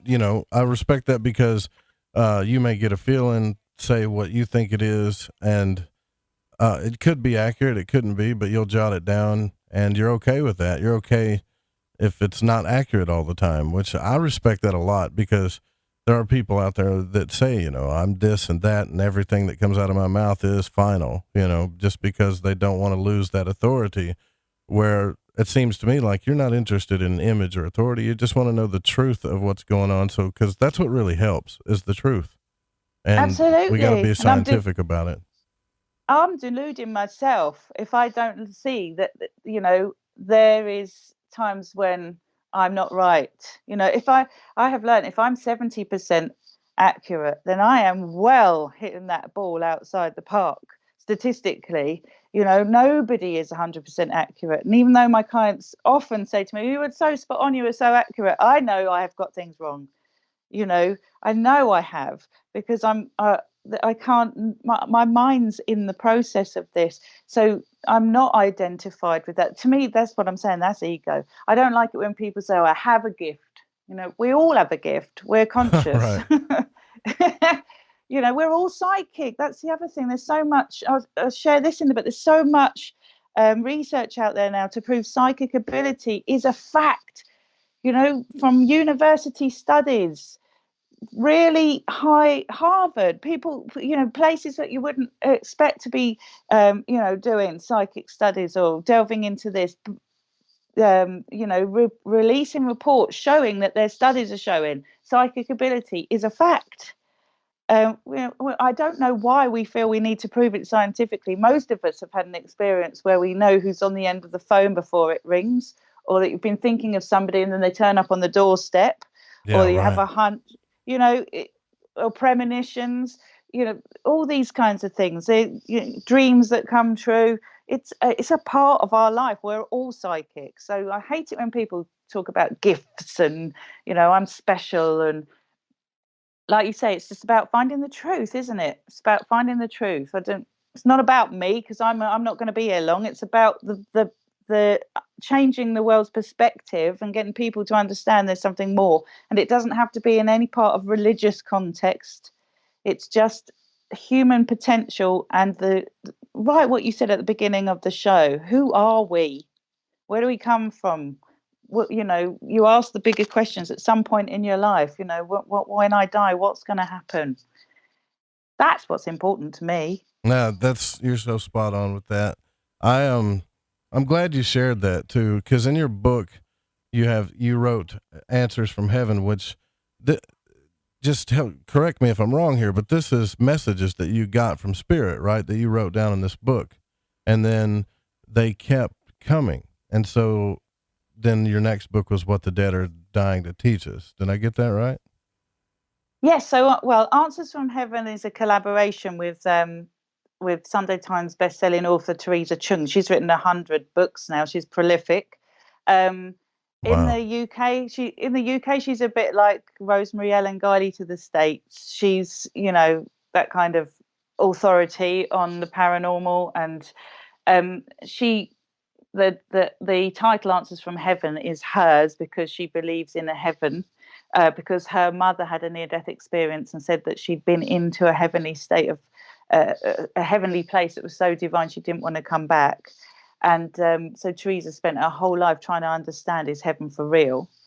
So Teresa invited me to collaborate on that book because she has spent her life collecting true stories from people of their own spontaneous after-death communication encounters. And then she had lots of people asking, how does mediumship work? Is it safe to see a medium? Are they all frauds? And I didn't know that she had been studying me incognito. She'd been to see me work. She had done research on me, and I had, all because somebody had recommended me to her. And she then invited me to give the medium's perspective. So Answers from Heaven is kind of a collaboration between people's true stories and my own true stories, my own, as you say, communications that I've written down, insights that I've gleaned from the other side, and the science. So that's where we collaborated with Dr. Julie Beischel, where she shows the process of scientifically studying mediumship. So you can wheedle out the frauds and, you know, get down to the nitty gritty. So it's a bit of a hug, that book, to be honest. It's an introduction and to mediumship and after-death communication, and hopefully it dispels fear in people's minds. It's a great book if someone's just had a bereavement. But in What the Dead Are Dying to Teach Us, I kind of move on from that, get a bit more meat on the bone in some respects, talking about all the different types of research that's available for the skeptical thinker and the one who's questioning, not the cynic. Because if you're a cynic, you've already made your mind up.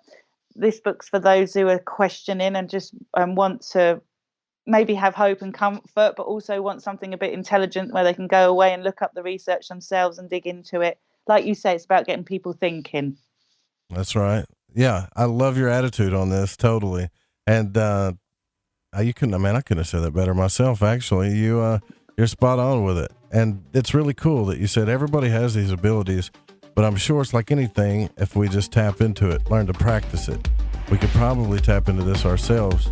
If you want to learn how to do it, go grab the book, clairvoyant.co.uk. Also, clairebroad.com. Check out the book, Answers from Heaven. Also, What the Dead Are Dying to Teach Us. More from Claire Broad when we come back.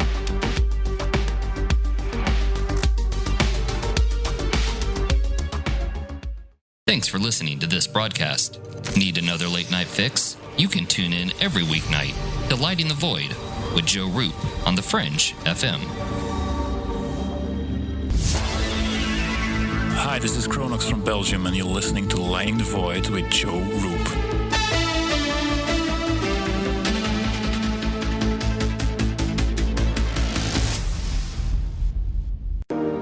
My name is Jake. I'm from Billings, Montana, and I am a void walker. Hey, Joe Roop. Thanks for lighting the void. This is Janine in the bluegrass of Kentucky, and I am a void walker. What's up, guys? This is Damien from San Marcos, Texas, and I'm a void walker. I listen to the show to keep myself aligned with the world. Hi, this is Laura, aka Laura Lavender. I'm from Las Vegas, and I listen to Lighting the Void because it helps me understand some of the strangest experiences I've had. So thanks for all that you do and for always being there for us, Joe.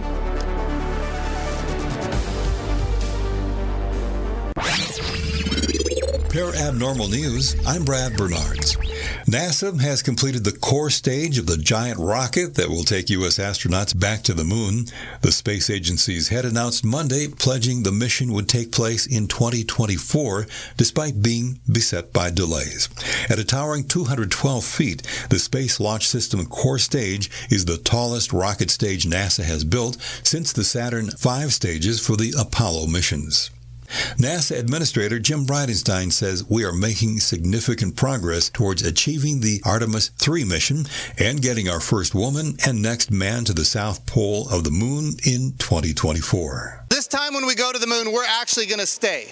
We're going to learn how to live and work on the surface of another world for long periods of time so we can take that knowledge to Mars. We're going to learn how to live and work utilizing the resources of the moon. The Artemis 1 mission will likely take off by June 2020, according to the audit report. The first test will be uncrewed. NASA plans to land on the moon's south pole in order to exploit its water ice, discovered in 2009, both for life support purposes and to split into hydrogen and oxygen for use as rocket propellant. When a human being's time is up in Western countries, we generally have two main options for our mortal remains, burial or cremation. Now, a world-first facility has been set up to offer a unique alternative ritual to traditional choices. Compost. Recompose, which is scheduled to begin operations in Seattle in 2021, bills itself as the world's first human composting facility, offering to gently convert human remains into soil in a process it calls recomposition or natural organic reduction. This is Katrina Spade, CEO of Recompose. A body is covered with natural materials like straw and wood chips. And over the course of about 3 to 7 weeks, thanks to microbial activity, it breaks down into soil. That's courtesy of KIRO News. The company became a legally viable service this year when Washington passed a historic bill to become the first U.S. state to allow human composting. Read more about tonight's news at parabnormalradio.com. I'm Brad Bernards, Parabnormal News. What's up, Joe? Hey, man, I just wanted to say your show, dude, keeps getting better and better and better. I love Lighting the Void and the Fringe FM.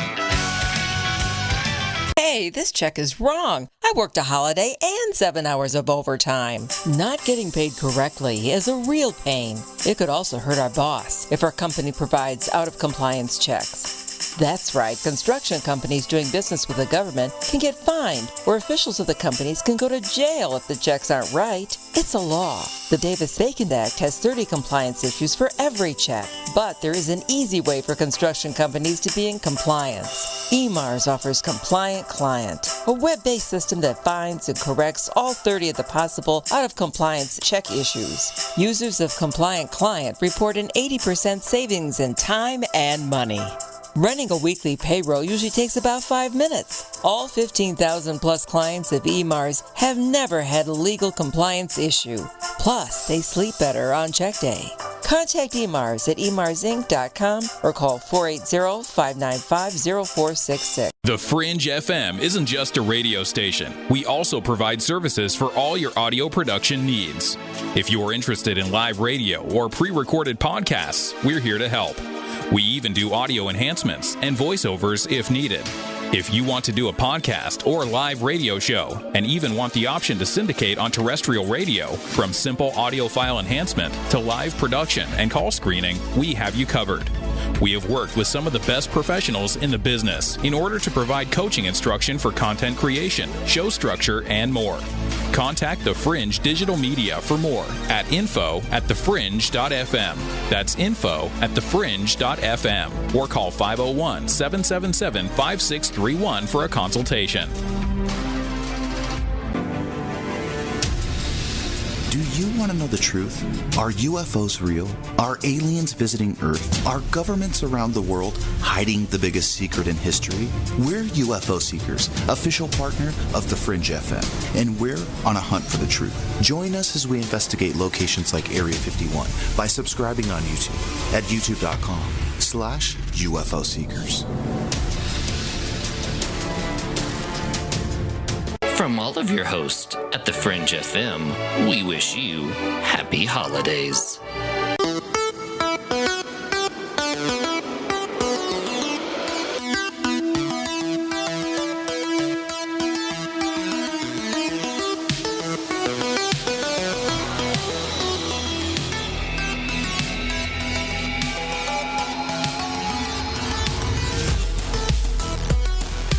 Welcome back to Lighting the Void, live on the Fringe FM. Looking forward to a Merry Christmas coming up this next week, actually. I can't believe it's coming up so quick. If you guys want to get into the drawing for the limited edition Void Walker stuff, you need to get in your donations now. $5 gets you a limited edition sticker, $10 limited edition t-shirt, and $20 or more a limited edition hoodie. Tonight, our guest is Claire Broad, author, speaker, and medium. We're discussing her new book, What the Dead Are Dying to Teach Us, Lessons Learned from the Afterlife. And you know what, Claire, I'm incredibly impressed with how brave and genuine you are with what you're saying, because, you know, it isn't easy to go out on a limb and say, look, I'm getting messages from the spirit world, and this is what they want to say. So being a light worker, I guess, is kind of difficult sometimes. And, you know, light worker, that word is so woo-woo. I would say more of a truth seeker trying to help, because I believe what you're doing is truth. Thank you. I really appreciate it. It isn't easy. But if it helps someone, then my life is well spent, and I see how much it helps. And I have found that when you own your truth, and when you stand in your truth, and you're brave enough to be your authentic self, then you attract people around you who are of like mind, and actually the benefits far outweigh someone's negative opinion of you. I've long learnt to let that go. It's just an opinion. It's just a thought. It's not true. And I just hope that more of us, because I know from the amount of people that reach out to me, so many of us, thousands of us have these experiences, thousands and thousands, you know, and we're sitting on them quietly, feeling isolated and frightened to speak up. And one of the things I write about it, actually, and what the dead are dying to teach us is I reached out to a psychology professor that we have here in the University of Northampton in the UK, his name is Dr. Chris Rowe, and he studies the paranormal and mediumship in particular. And he's a psychologist, and in his studies he focused particularly on the mental health of mediums, you know, because, and it's a valid question, if you say you're hearing voices or perceiving something outside of yourself, you know, are you psychotic? Are you hearing voices? And are you mentally ill? So he studied mediums and people that were saying that they had encounters with the deceased. And his studies surprised him. He found that mediums in general are more psychologically sound than even his own psychology students. And so it goes to show that actually having this knowledge can bring you well-being and health if you can process it properly and, are handheld through it, I suppose, and not just told you're crazy, you should be locked up, you're a fraudulent person, you're a criminal, all the negative things that get hurled at you. If you're actually in a supportive environment, more and more of us can benefit from this understanding. And I found that really powerful, because there's a scientist saying, my studies show that mediums aren't crazy, they're actually psychologically well. And so we need to study what they're saying and not just dismiss them. We need more people like that in the world. We really do. Yes, we do. Man, that's intense. The science is, I've never heard a medium or channeler come on here talk about that at all. It's even on your website where you embrace science. You talk about a couple of, Lloyd Auerbach. Did I say his name right? And then Julie Bichelle, the professor, or the doctor, excuse me. You don't hear that a lot. And so right off the bat, because you're saying these types of things, tells me that you're having real legitimate experiences. Anytime, in my opinion, this is just my opinion, Claire, but anytime someone tries to bring science and spirituality together, or they believe it's important that we keep that in there, it's legitimate, because you see a lot of polarity in this field, don't you, where science wants to battle the spiritual folks and spiritual wants to battle the scientific people. And I don't think we're going to get anywhere that way. Well, no, and these experiences are natural, and so many people have them. And if science is about studying the natural world, then we need to study it, don't we? I think the two can mutually exist. It's only if you become identified to such a degree with one train of thought that you can't let go of it, should it be disproven or proven to be misunderstood even, that you bump into trouble. Lloyd Auerbach, he's so cool, by the way. He was I love the fact that he was consulted on the original Ghostbusters movie. He was one of the first sort of paranormal investigators, and he's such a great guy. He's such a voice for mediumship as well. He's president of the Forever Family Foundation, and he's bringing together mediumship with science, because he's seen in his own studies that there is,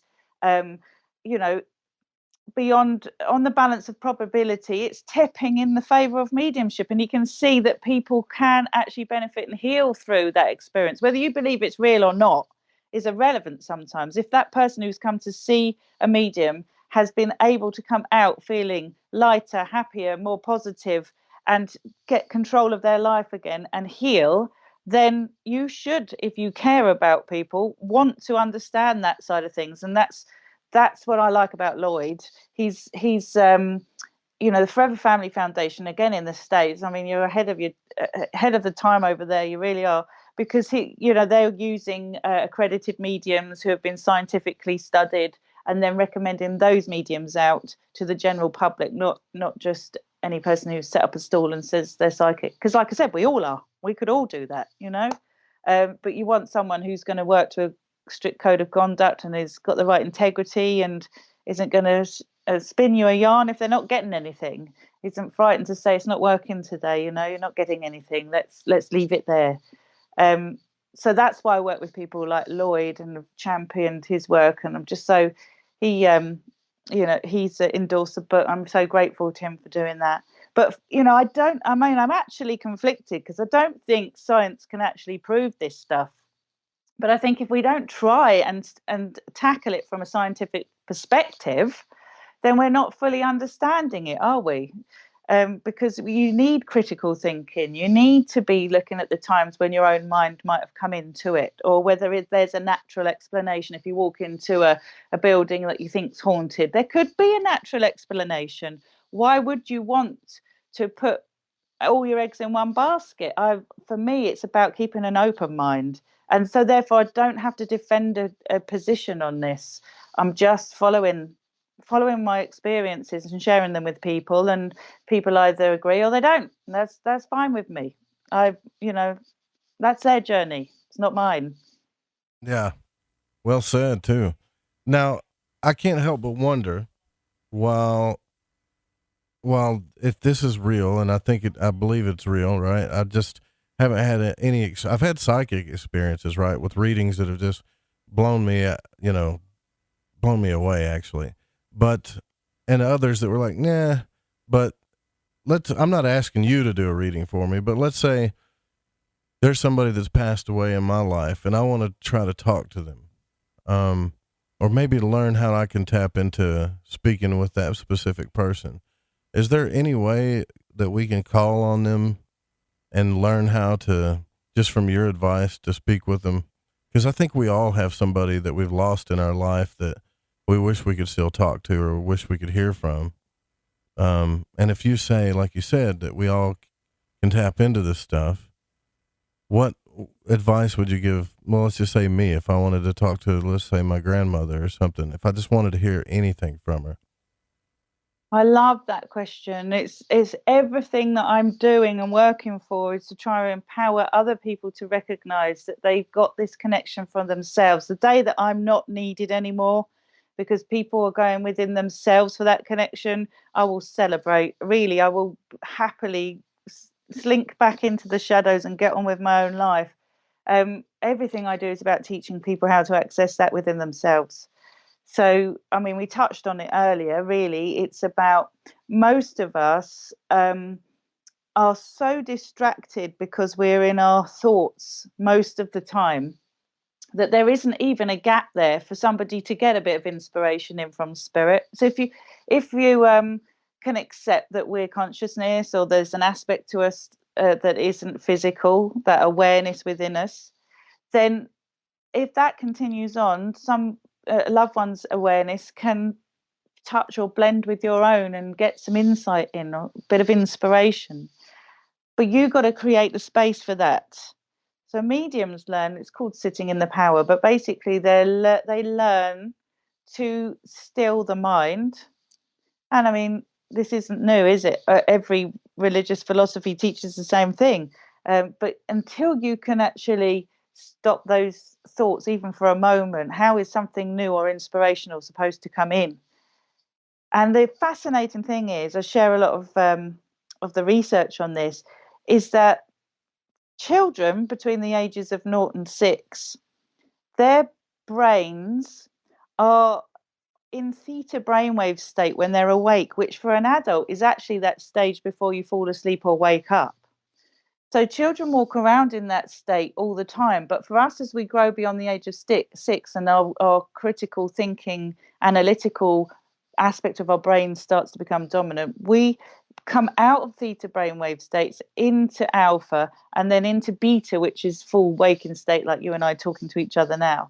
And it's actually, I believe, in those theta states that we can actually perceive the spirit world. So many of us have, in times of waking up or falling asleep, had experiences where we're in those brainwave states. And in meditation, we enter into those brainwave states. So if you can create a meditative practice in your life, in whichever way, shape or form it takes, could be on a golf course, could be walking on the beach, could be sitting doing a visualization, could be focusing on your breath, whatever works for you, where you're introducing moments of stillness, then insight can come in. So your loved ones, if they are close, there's a window of opportunity. I often teach just people that don't want to be mediums, just everyday tips and tools, or just before you go to sleep, why don't you just ask, Nan, if you can come close to me and interject into my sleep because I'm in a receptive state, do that. I mean, spirit visions, I call them night visions, spirit visions, are very common. People often see their deceased loved ones, especially in the months after a loved one's passing, in their dreams. And they have a common theme. They are totally real to that person, to the fact that when they wake up, they almost can't detect the difference between the dream and being awake. It's so vivid and so real. They are so full of love and healing as they wake up. They know that that's not just been a normal dream. And the spirit loved one, the deceased loved one, shows themselves to be well. They're communicating a message of wellness, usually. That I'm fine, I'm well, I see what's going on, something along the lines that lets people know. And people dismiss those dreams. But for anybody who's had a dream such as that, they'll know the difference. It's not just your every every daydream of your brain process in the day. So our spirit loved ones definitely can get into dream state and where that window of opportunity is and get some insight in. So if you ask before you go to sleep, you're given permission. I often teach that you have to, if you ask, it'll be given. We have to set the intent. We have to let people know it's okay. They're not just going to, it'd be intrusive, wouldn't it, just to be railroaded by dead people. Most people that are, decent people don't intrude on your lives. And anyway, they're busy living their own. But if you ask, your loved ones know you're okay with it. It's not, might frighten you still, but you're okay with it. You've asked. So that's the first thing you can do. Meditation, setting the intent and asking, and being open-minded. I mean, it sounds ridiculous, but in fact, going back to Lloyd Auerbach, I remember him talking about the fact that he was doing some studies with cynics, and he'd put a great big alien in the middle of the room, and none of the cynics saw the alien, none of them, because their brain had already decided that it wasn't a reality. And so the brain filters out what it doesn't need to see. And we know this. I mean, in the UK, you can do, speed awareness tests in cars. And one of the exercises they give you, if you've been caught speeding, but it's only like, a couple of miles over the limit, and they send you on a speed awareness course. They teach you on these courses that, your brain is filtering out everything. You don't see the speed signs. And one of the exercises that they do is put a whole load of pens on a desk and ask you to tell them how many pens are on the desk, and everybody's busy counting all the pens on the picture that's put up on the screen. And then what nobody has seen is right across the front. It is saying there are 10 pens on the desk. We're focusing on the pens. We've been told to count the pens. We weren't looking for the fact the answer was written there right across the screen. So we filter much of this out. We have to, because we're trying to get on in our reality in this world, and much of what we experience, the brain is dismissing. So unless you actually almost open your mind to the possibility and allow yourself to focus in that way, you're not ever going to have an experience. So that's another tip. There's many I could give you. I could go on all night. Well, yeah, because I'm taking all this in, because I think there's something to what you're saying, right? Like it's almost like willpower, right? If you focus on it enough, something will happen. Even the out-of-body experience I had was, I was obsessed with trying to have one and thought, well, it's never going to happen. But eventually it happened, is what I'm saying. So, yeah, That's I think there's that, something to it. This is why I was saying earlier that mediums are dedicated and committed, and they sit for years. I mean, I was 10 years just in development with my teacher. It doesn't necessarily unfold overnight. Some people have spontaneous experiences, and it just happens to them, but it's not controlled and it's not something they can do. And I've got to be honest, I'm not sitting in my house talking to my deceased loved ones, because I would still question, did I want that? It's not healthy to want to have a dialogue every single day. Where are you? Come close to me. I need to know you're there. That means you haven't found a level of acceptance. But to just put the thought out there and to say, Nan, if you're able to come to me in my sleep one night and show me you're okay, I'd love it. Or to do a meditation, to do a visualization, and they can interject into that. I've gleaned so much information through meditations and actual knowledge that I've come out of the meditation, jotted down, and then Googled, looked up, researched, found the information was coming to me through my mind. I mean, this is something else science knows. They know this is, you can have a scientist one side of the world and a scientist the other side of the world, and both at the same time, bang, they come up with the answer to something. We receive inspiration and insight and intelligence beyond our own knowing sometimes. So, it's simple stuff, but it's effective. And then if you were going on to develop, I'd say bringing creativity into your life, get into the intuitive aspect of yourself. We're so left-brained, so, logical thinking and critical thinking and, just everything going on in the brain. But to do something that brings creativity into your life, helps you to be mindful, helps you to relax, helps you to find a bit of peace. Mediumship's a creative process, for sure it is. So anything like that, artists. This is why I believe like singer-songwriters and creative people are in touch with that dimension naturally. I love the story of Paul McCartney. He had a dream that his mum came to tell him that she was okay and just to let it be. And that's how the song Let It Be come about. Wow, From a dream really? I didn't know that. Yeah. That's a good song too. It's a cool song. Creative people are in touch with that. They talk about getting in the flow where they feel sort of one, like in concert, they feel like they're one with everyone. There's no barrier between them and their audience. And this is exactly the same sensations I'm talking about with mediumship, where you're in touch with something bigger than yourself, a reality larger than your little me. And what about it's like addictive. celebrities and stuff, man? Like, what if I'd think it'd be cool to talk to like Johnny Cash. Is that too much to ask? Oh, well, I would love it. I wouldn't trust it unless Johnny Cash's family was sitting with me and I didn't know who they were and I perceived Johnny Cash. But yeah, absolutely. I mean, with regards to death, celebrity and all that, it's a great leveler. It means nothing. But celebrities, if you want, famous people, well-known people, they have every chance of communicating like anybody else. It happens. But I take it with a pinch of salt when I just hear mediums saying they've spoken to this dead famous person or whatever, unless there's actual relatives with them who were, where it's absolutely appropriate. In the UK, we had a medium here who did a seance connecting with Michael Jackson once for the TV, that kind of thing. I'm just like, nah, that's not cool. That's just not cool. Well, we have somebody in the chat. Angel Joy said that she contacted Tom Petty through, I think it was, she said, a dream. I'm trying to go back and find it, but he just, she said, I don't know really trust channeling, and now we already discussed that, right? But I asked Tom Petty to please come into my dream. It's kind of funny. Now the channelers, saying later on in the show exactly what you're saying. So think about that, Angel, when you don't trust channelers. But this is what he said. He is so nice to have come into my dream. He said, and there you go. It's just me living life upon the sea. It's just me being free. That's just the way life is meant to be.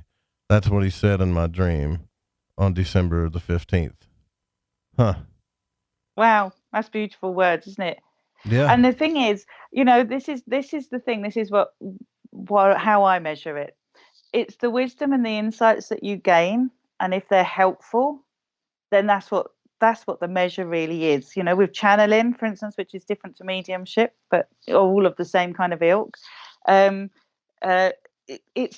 Is the information you're getting helpful and insightful, and is it opening your mind up or bringing you along in some way? I mean, whether that was, do you say Tom Petty? Tom Petty. Whether that was him or not is almost irrelevant. Is what a beautiful message that is. And she asked and it was given. And this is what I'm saying. She put the intent. She set the intent. She's got a response. I have come into contact with well-known people through my mediumship that are in spirit. I've had clients sit with me who who are, not well-known people, just normal everyday members of the public who have been related to extremely famous people and have had those people make contact. But we're all just one and the same at the end of the day, isn't it? Whether you're well-known or you're not well-known, I'm not, it doesn't impress me really. I'm looking at, again, is the information true? Is it giving validation? Is it supporting the survival hypothesis? That's what I'm looking at, not someone's status. Right. Yeah, I'm with you on that too. So here's the thing. Your book, we got to take a break here, but I know people are wanting to find out because I'm getting text messages about it now. Your book, you can get your book pretty much anywhere, right? Amazon, anywhere, correct? Yeah. It's on Amazon, and if you go into any good bookstore and ask for it, they can get it in. It's Watkins Books is the publisher. Okay, so here's the problem: the 6 or I'm not going to say her number, the person that texted me, What the Dead Are Dying to Teach Us is the name of the book by Claire Broad. Just look up Claire Broad, B-R-O-A-D, also clairebroad.com, and you'll find it there on the website as well. And when we come back, I will answer some more of your questions and text messages. You can also call in at 1-800-588-0335. We'll be right back with Claire.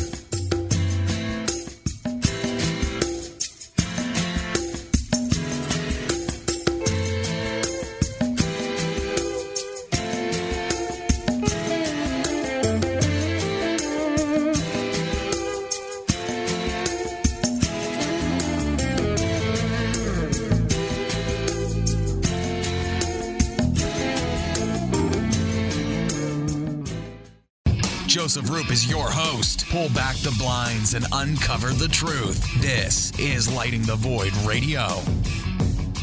Somewhere between abnormal and paranormal, there's a show called Into the Paranormal. I'm Jeremy Scott. Hear me live Saturdays at 6 p.m. Pacific, 9 Eastern on the Fringe FM. Hey, I'm J.M. DeBoard, and when I want to talk about dreams, I look up my man Joe Roop and his show, Lighting the Void.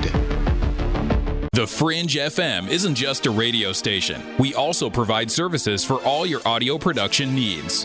If you are interested in live radio or pre-recorded podcasts, we're here to help. We even do audio enhancements and voiceovers if needed. If you want to do a podcast or live radio show and even want the option to syndicate on terrestrial radio, from simple audio file enhancement to live production and call screening, we have you covered. We have worked with some of the best professionals in the business in order to provide coaching instruction for content creation, show structure, and more. Contact The Fringe Digital Media for more at info@thefringe.fm. That's info@thefringe.fm, or call 501-777-5631 for a consultation. Listen, I want to tell you about G.I. Joy from GetTheTea.com.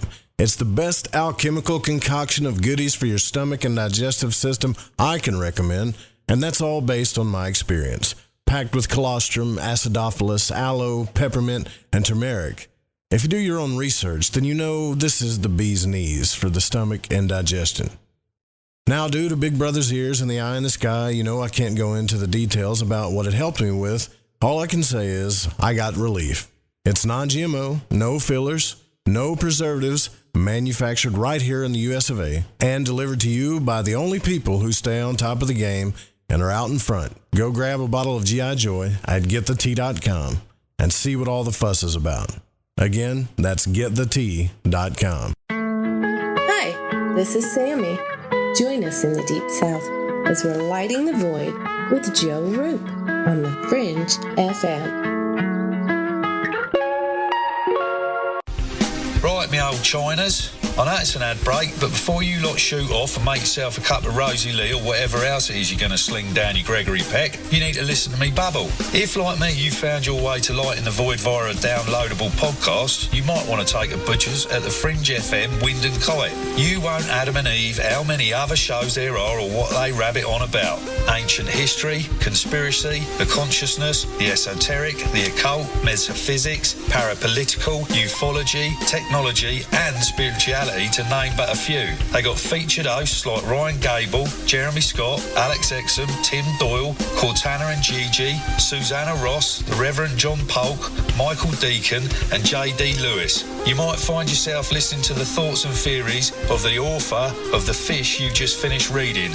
Or you could pick up the dog and bone, call in and tell everyone your own beliefs or experiences. So do me a favour, before you put on the Ansel or crack open a bottle of vino or roll a joint, go to the Fringe FM and see what you're missing. From the Kingdom of Arkansas, you are listening to Joe Roop and Lighting the Void, here on the Fringe FM. You can tug all day long on a carpet that's been glued to the floor. Then you hurt. There are many strong glues out there. Let's see, there's liquid nails and Gorilla Glue. You ever try to remove 3M 5200? That adhesive is strong. Then there's bathroom caulk, silicone rubber, adhesive tape, super glue, flex tape, and stickers. Graffiti. Scientists have come up with glues that stay stuck and can't be removed. Until now. Until Handyman Formula by DeBond. That's right. 95% of adhesives become unstuck when you spray Handyman Formula directly on them. Just spray, wait a few minutes, and remove. It's amazing. Most adhesives become unstuck when you use Handyman Formula. Visit DeBondCorporation.com or MCMaster.com. Call 561-575-4200. This stuff really works. Handyman Formula by DeBond, a great Christmas gift. Are you intrigued by Paranormal Talk Radio? You'll love the new Paranormal Radio app from TalkStream Live. You'll find a great selection of talk shows covering UFOs, ghosts, strange phenomena, and much more. Download the Paranormal Radio app now and start listening to the very best in paranormal talk entertainment, including the network you're listening to right now. The Paranormal Radio app, free in Google Play and the iOS App Store. If you spend this much time listening to the Fringe FM, you might be as weird as us.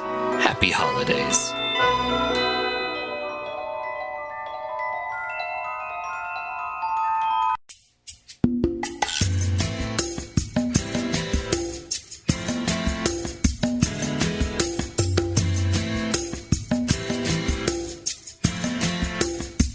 To call Joe, pick up the phone, dial 1-800-588-0335, toll free from the United States or Canada. You're listening to Lighting the Void Radio. All right, welcome back to Lighting the Void. Our guest tonight, Claire Broad, author, speaker, and medium, is here with us, and it's been a fascinating conversation because I didn't, when I know that I'm going to talk to like a medium or psychic, usually honestly, they've all got kind of the same patterns in the conversation, but with you, Claire, we've just been talking about a lot of legitimate stuff, truth-seeking, science, the fact that, your readings aren't always completely accurate, and you're okay with that. It's been pretty cool to hear this stuff, actually. Pretty eye and ear opening for me. So thank you. Oh, my pleasure. Thank you. Well, I just think, like you say, if you're a truth seeker, you're a truth seeker. That's what you want, isn't it? Never mind your own personal ego getting in the way. If something doesn't work, call it. Because then at the times when it does work, it's mind-blowing and it changes your whole life, and it's for the positive in my experience. Right. Yeah, definitely is. Now, when you channel the people that have passed away, do you ever get any other things that come through, like, I don't know, maybe entities or spirit guides? Do they ever deliver you messages as well? Well, yes, actually, I would say it's quite interesting, really, because apart from the fact when I was 4 and it was my grandfather that reached out to me, the first encounter I had as a teenager wasn't from a deceased relative at all, because I didn't have many people at that age over in the spirit world that I knew. It was, I actually came into contact with a spirit guide, and I was seeing him. I would wake up in the middle of the night, seeing this figure at the end of my bed, looking 7 foot tall, intimidating. I mean, it was, for me as a teenager, it was quite, frightening experience because I didn't understand it. And then things started happening in my teenage years. We were getting, it's going to sound crazy, but I know other people have experienced the same thing. We were getting clairscent, which means clear smelling, where there was a particular smell that no one could put their finger on that was appearing and disappearing just as quick as that other people were experiencing around me. And just fast forwarding, when I went to the medium for the first time, she picked up on this guide. She described who I'd been seeing. She described the smell. She gave me a name. And then I said earlier, I went to see another medium do a demonstration in a theatre, and that medium picked up on the same guide describing him. And me in my analytical brain started to think, okay, this is all a bit crazy now. If you're for real, I need to know it. I started meditating at that point because it was at the time when I was beginning to develop. And I was seeing him in meditation, not just at the end of my bed at night time. I knew what he looked like. And so I just put the thought out there. If you can get me a drawing of yourself through another medium, then I'll believe it. And I happened to go to a Mind, Body, Soul exhibition, and there was a psychic artist there. I didn't meet the artist. I just had to put my name down on a bit of paper and come back at a time that was given to me. And the artist then just was, if you like, channeling that guide for me. Never met me once. I didn't see the artist. I came back for my image at the time given, and there was this spirit guide. And it was at that point that I realized 3 independent people now have told me about this being who I don't know, who has walked the earth before, but who I've never met physically here.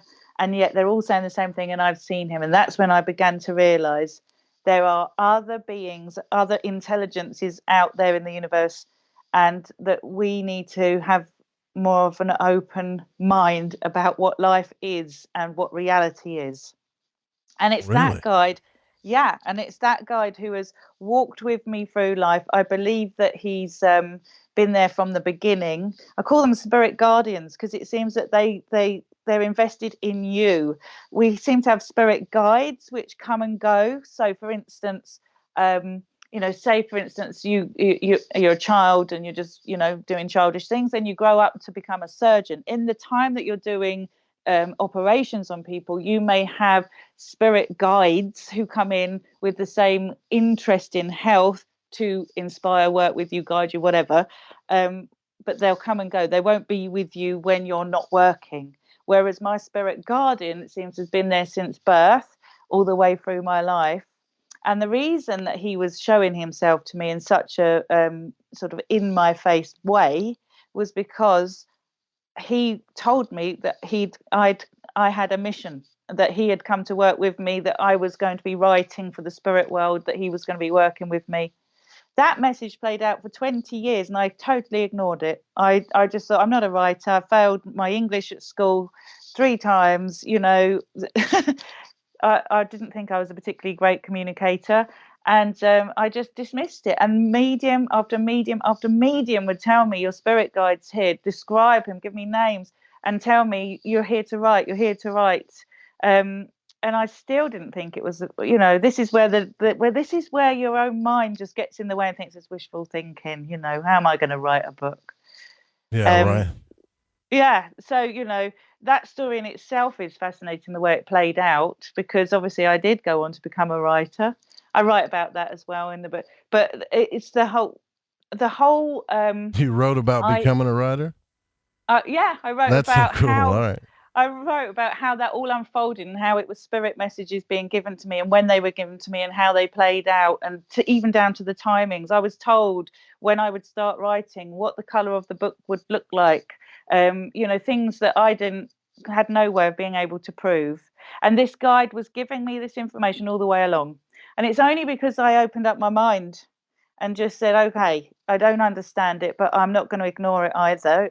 I'll let it prove itself to me, that I've been able to find some peace in the fact that there are these beings that are with us, that do walk with us. None of us are ever alone. And I just think actually at this time of year, it's such an important message because so many people feel on their own. Their life doesn't make any sense. The new year is a time when we start to question, well, why are we here? What's our life purpose? Are we on track? It's another year gone, we're aging, whatever. My loved ones aren't with me. I'm on my own and life is hard and all the chaos that's going on around us in the world. And yet it does appear that none of us actually walk this pathway on our own. And that even though these spirit teachers don't do the work for you, just as you don't do the work for your children, when you see them, you teach them how to do the work for themselves. They are willing us along, supporting us and just there, which I find now, it used to be scary when I was younger, but now I find it just such a help and a comfort just to know that when I'm sad, someone knows I'm sad. When I'm suffering, someone knows I'm suffering. And I don't have to communicate it, and I don't have to, that person just knows me. I wish everybody else could have that knowledge. And I know it sounds unbelievable, but it's true. And I'm just sharing my truth. Well, thank you for sharing that. And it means a lot too, because, I told you this during the break. We were discussing the show and stuff. And I said, that the whole reason why I do the show isn't really to get a whole bunch of listeners or tell my truth. I think a lot of times what people like about this show, and especially the Void Walkers, is that if we open up all the way, right? If we talk about our biggest fears, our biggest desires, everything, without worry, here live on the air where others can hear it, then it gives them permission to say, it's okay if I say these things too. It's okay if I have these questions or these, these doubts. It's not a big deal, because we get on Facebook and we see all these memes every night, every single night, somebody's beliefs and memes and, narcissist this and that. And it's like, it's constant judgment left and right and people telling you what to believe. And I want to do the opposite of that here. I just want to be open to everything. And I can tell you have that attitude too. That's fantastic. And it's so powerful, because I really feel like we're in danger of losing freedom of speech. This day and age, you could say you don't like pineapple and someone is going to take umbrage. It's almost as if in an attempt to be liberal, we've completely done the opposite and become controlled. It's not okay anymore, to say anything that might conflict with someone else's ideas. And actually, we need to show our vulnerability. We need to share our heartfelt experiences and not be frightened of someone else's opinion. Right. Because at the end, that's all it is. That's an opinion. Spot on there. Yeah, that's a big deal there. That's huge. And if anybody has an opinion or automatically counters what you say with their belief in a way that's not, offering it up, but in a way where they're trying to force it on you, then just don't even let it enter your mind, most of the time. My experience is most of it isn't informed. Most people that share their opinion of me are not informed. Going back to the science, there is so much research out there. The whole reason that I looked into it was because, like I said earlier, I wanted to know that I wasn't misinformed. Was there research? Was it just my experience? Are other people having these experiences? I've informed myself, and now it's powerful because I know no one has the answers. And I also know that there is so much research showing that there is more that we don't understand about human potential in the mind. That when somebody now comes out with some cruel comment or, just pure misinformed comment, it doesn't touch me emotionally anymore, because they're not informed. If they were, they wouldn't say it. Right. That's right. Yeah. Yeah. Question from the chat. Jake is asking, has she had any experience with automatic writing, and has she come across entities pretending to be family members or other loved ones? Oh, good question. Yes. So automatic writing, I've actually used a Ouija board. I was absolutely frightened of that thing. And let me tell you, I don't know how much time we've got to try and race through this, but when I was a kid, people were playing with Ouija boards at school. My mum, I came home from school one day and my mum said, I've met a medium today. Weird, isn't it, the way life works? And she tells me that my daughter is sensitive, that you're sensitive, and that there's a Ouija board being done at school and you must not do it. And she asked me outright, has a Ouija board been practiced at school that day? And it had. And I was shocked, because how did my mum know this, So I steered clear of them, because I thought, oh my God, they're the devil's work. Obviously there's something really wrong in that for a message to be brought through. Anyway, fast forward years down the line, when I'm getting messages from Spirit telling me to write, a neighbour brings a board to my front door and says, I've seen a spirit. She described my spirit guide. I've seen a guide telling me I need to bring you this. And I was, when I saw the board, I was like, oh, don't even want to get involved. But then I just got myself together and I was like, come on. It's a piece of board. It's a bit of cardboard. For God's sake, you've been developing this ability for so long. Get over yourself. Yeah. And And I sat with a group of people and we got some really impressive information that way, including in different languages, stuff that we didn't know that we could research, and all of it loving, kind and empowering.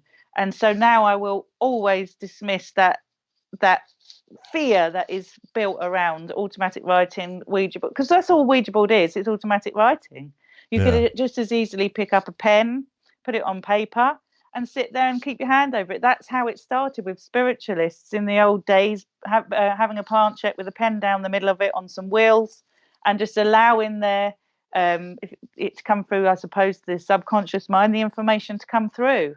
And scientists say it's ideomotor response. Well, it might be, and I have no issue with that at all. But what I'm finding interesting is that still, through my mind, in that manner, I can gain information that I didn't know that we've had to research and look up, even in foreign languages.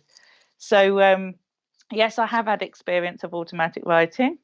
And it's just an extension of channeling, really. It's the more that you're able to release your own thoughts, go still, and just allow whatever's to come through, then the clearer and the more, accurate that information will be. And it's nothing to fear. Nothing. If you, what I've learned about mediumship in all its forms is if you bring fear to the table, that's what you experience. You align yourself with those emotions. And I have never had a negative experience in all the time that I've been doing it. Never.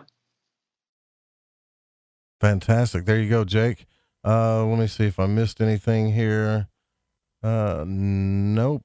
Check the text line too. But now your book is at Amazon and it's everywhere, right? So clairebroad.com. You're selling the book everywhere. And your first book too. I don't want to just focus on just your final book, but your first book is probably, doesn't it kind of lead into your second book in a way at all? Yeah. So the first book is an introduction, really. It's about the fact that, I'm a completely unknown medium plucked from obscurity by a best-selling author. And the first book talks about what mediumship is, how you can find a credible medium, questions that you might be asking. You want to know how to, avoid fraudulence. It's got some of the automatic writing and the channeled writing in there. The questions I've asked of spirit, what's it like when you die? What's it like afterwards? All that kind of thing. But then, yes, the second book, I'd say, in a sense, is much more about how you can understand this for yourself. I share it's not an autobiography. I'm sharing my true stories to educate people as to how I know this is real and how you can bring this into your own lives if you're looking for it. And I know that puts the fear of God into many people's hearts because they think they're opening a doorway up between themselves and the unknown, and they're frightened of opening a doorway they can't close, and they're frightened of all the fearful things. But just bear in mind what I said earlier, that your state of being dictates what you experience, and it's all about intention. And if you're coming at it with truth-seeking, good intention, there's no reason that you should be frightened. And I have found the fear that I've felt over the years has been born out of my own ignorance. And I was saying to you in the break, I'm much more scared of the living than I am the dead. Well, yeah, right. I hear you on that. I said the bumper sticker. You ever seen those bumper stickers that say, "God, protect me from your people"? Those are funny. But I love that. You got a good Facebook following too. Do you have on your website, you have any events coming up or anything that any speakings coming up?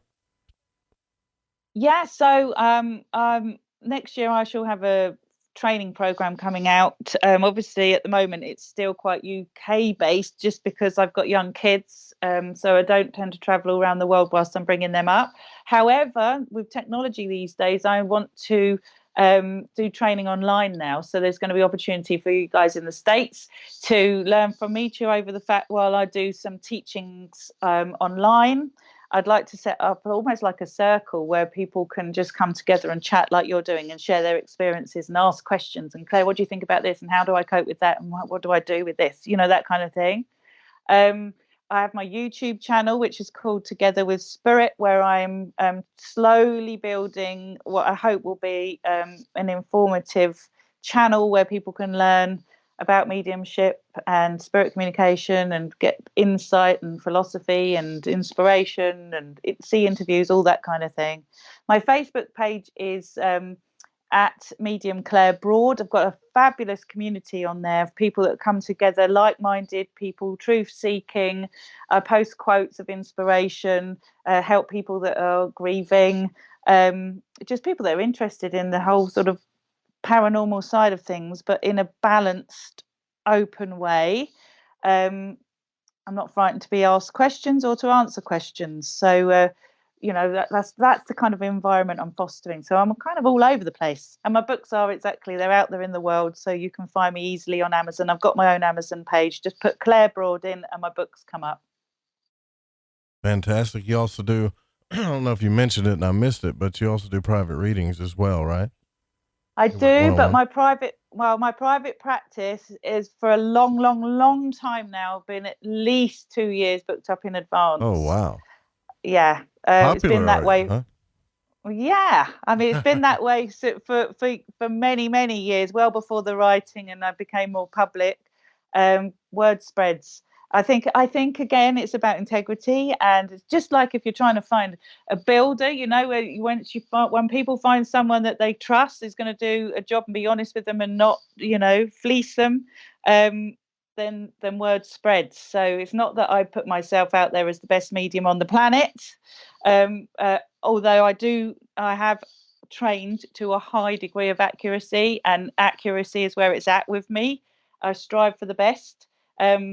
But my practice seems to be very busy because I think people trust me. So,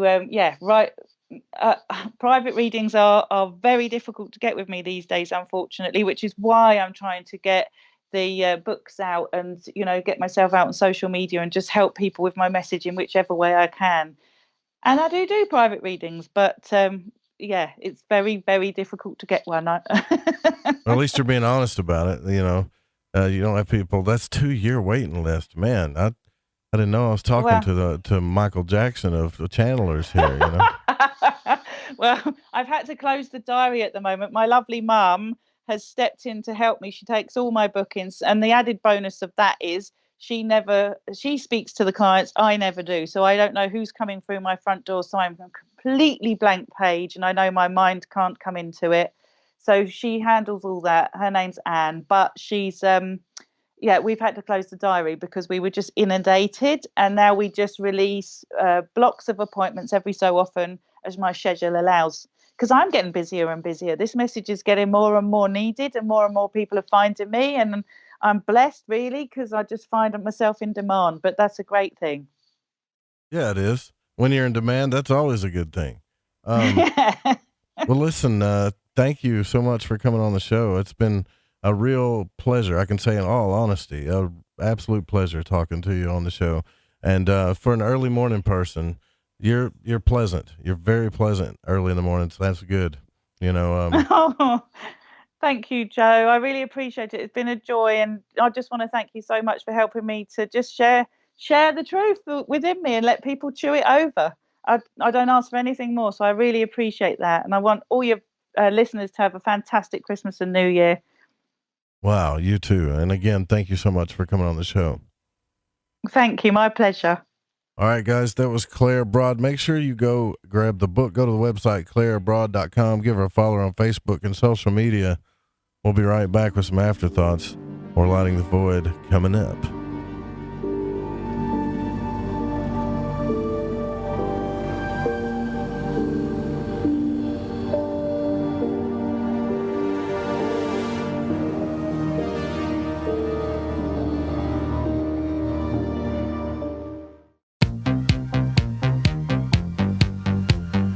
From the afterlife and into your life, this is Art Bell, and you are listening to Joe Roop and Lighting the Void, here on the Fringe FM.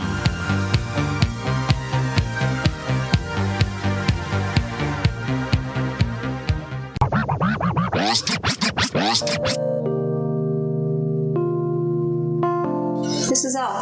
I listen to Lighting the Void because it's interactive radio with good content, interesting guests, and a humble host. sharing his journey through the esoteric. Hey, Joe Roop. Thanks for having us along for the ride. Thank you so much for a delightful evening. Well, I got a lot of ground to cover.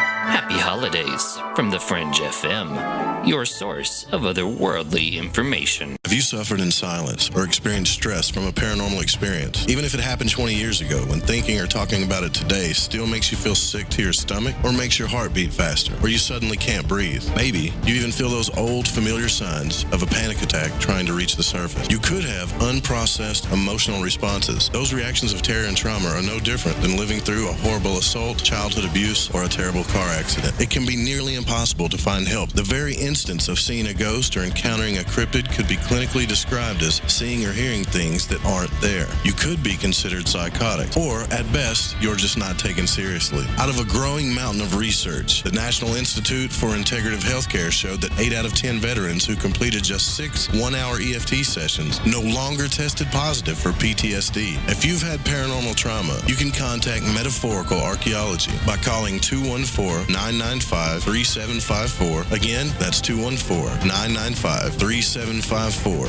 for a discreet consultation. Okay, here we go. AncientLifeOil.com. AncientLifeOil.com. Now this is for CBD. AncientLifeOil.com. Again, for CBD. Where do I get CBD? AncientLifeOil.com. It's pretty good stuff. Organic, non-GMO. We are the Ferrari of CBDs. AncientLifeOil.com. You know, they say when you mention a person's name 3 times when you first meet, that you're going to remember. So I'd say to you, nice to meet you, AncientLifeOil.com. It's AncientLifeOil.com, right? Nice to know that you help people. AncientLifeOil.com. Think about this. Occasional stress, occasional anxiety, occasional inflammation, occasional stiffness, and intruders that get you down. AncientLifeOil.com. Okay, so I'm going to give you a fact for the day. So Ancient Life Oil does not help you with business deals. Hold on a second. If you feel better, it could help you make a better decision. Okay, I'm wrong. Just remember to go to AncientLifeOil.com. You know, stress is at an all-time high, and all of us could use a little bit of stress relief. That's why I want to talk to you about Soothe. Now, this is an app you can download on your phone. They have a massage therapist that arrives with a massage table, sheets, lotion, oils, and music, and you're in charge. You can book in seconds and schedule at 8 a.m. to midnight. Massage 7 days a week, anytime it's available. There's a 60-minute arrival period. A vetted background-checked massage therapist will come to you in as little as an hour. All of the therapists are vetted by industry veterans that ensure a compassionate, healing touch. So maybe you're a little stressed and you need to feel spoiled. Well, there's no better way to do that than relax at your own home and not have to deal with the outside world with Soothe. Right now, you can get $10 off your first massage by putting in the code word FRINGE10 at checkout. That's www.soothe.com, or download the Soothe app and put in the code word FRINGE10. Hey, I'm J.M. DeBoard, and when I want to talk about dreams, I look up my man Joe Roop and his show, Lighting the Void.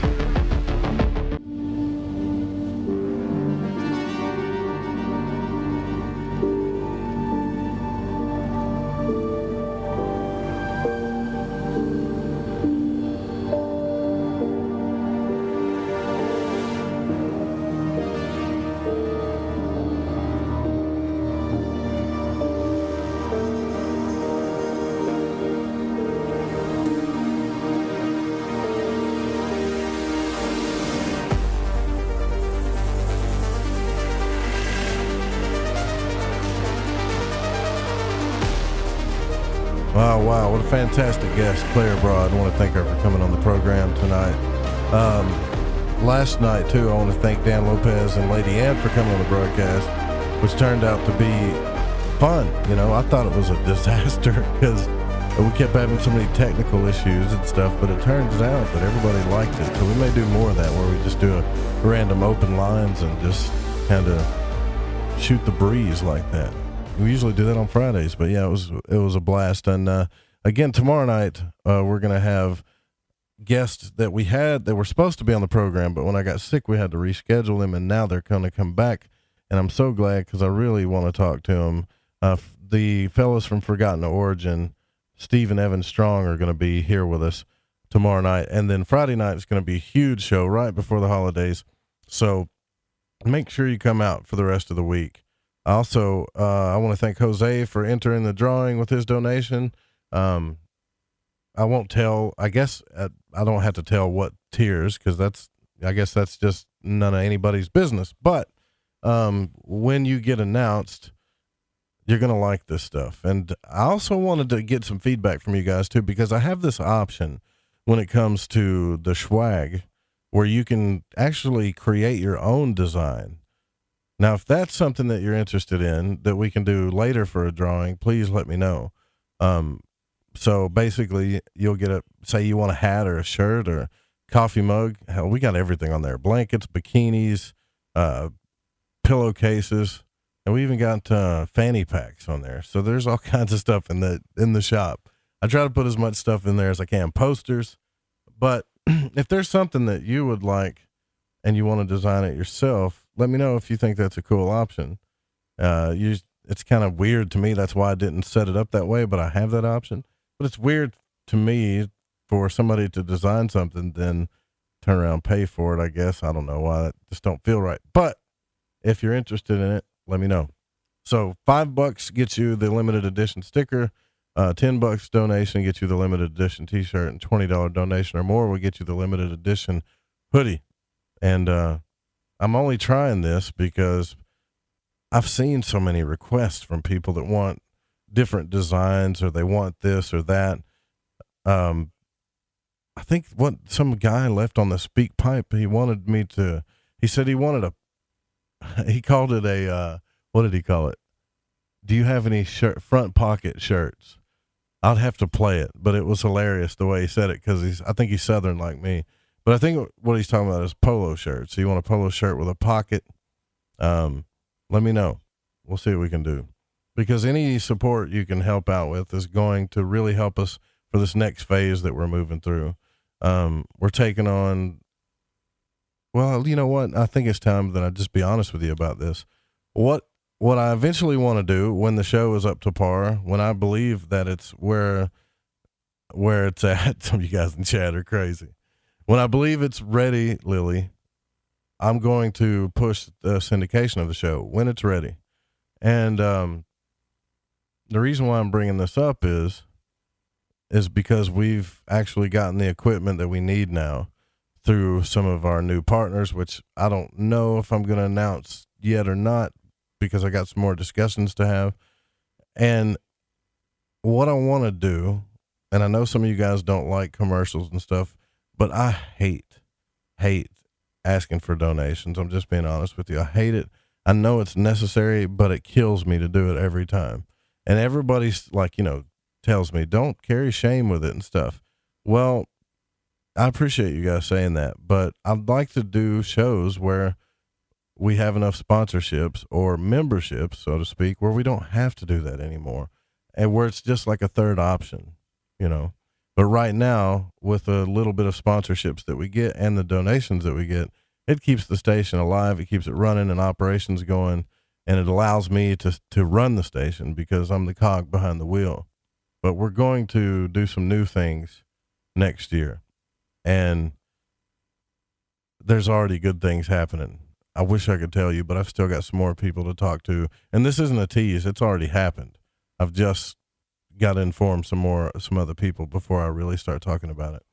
And so we want to get more stuff out there. We actually are talking about doing our own Fringe FM event, all kinds of stuff. And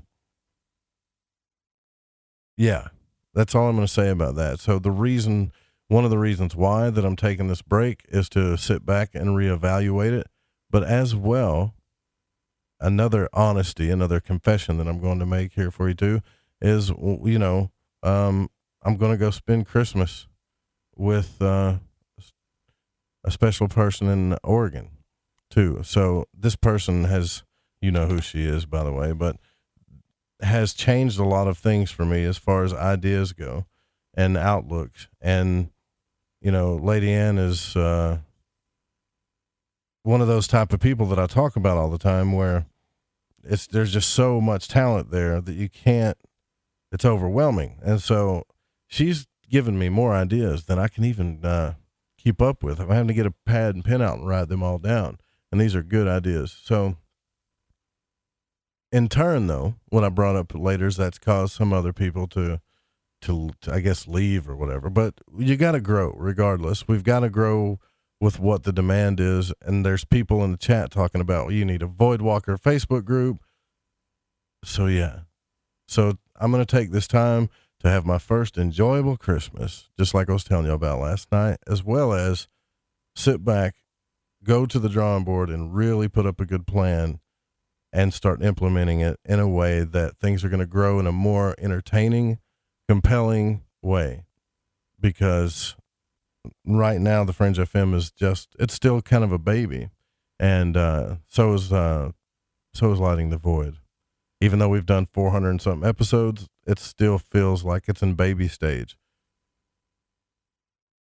Yes, you figured out I am kind of a perfectionist, but I've always had a vision for both things, this show and the station, and I want to keep that vision while we implement you guys' ideas and some of the ideas that we've talked about. Because when I tell you guys that you built this station, that this is y'all's, I'm not playing. Almost every piece of equipment in here has been donated by you guys, has been funded by the audience. Just, I'd say 90% of the equipment here. The fact that I can do the show 5 nights a week, run the station, keep up with what I can keep up with, and I'm still behind on everything like the blog and all the stuff is from you guys. The sponsors help too. So, I don't know. I just wanted to say that that's the plan, so you know where I'm going, so you know my intentions. And I'm not, what's the word for it? I'm not a perfectionist, but I don't know. I just want it to be better. That's all. Radio's so fun to me. It's so much fun doing this. And I've got so many cool creative ideas, and so do you guys, and I just want to do it. I'm excited about it. Anyways, I'm blabbing. So I got this email during the show tonight about how I'm constantly bashing social media, and that social media isn't always bad, and sometimes it's a place for people to express themselves. And I get what you're saying. But where I find a problem with it, and what I was trying to say earlier is that you see a lot of memes on there. You know, Clyde Lewis has talked about this on his show too, and Ryan's talked about it. And it's kind of like this meme magic that plays on the subconscious.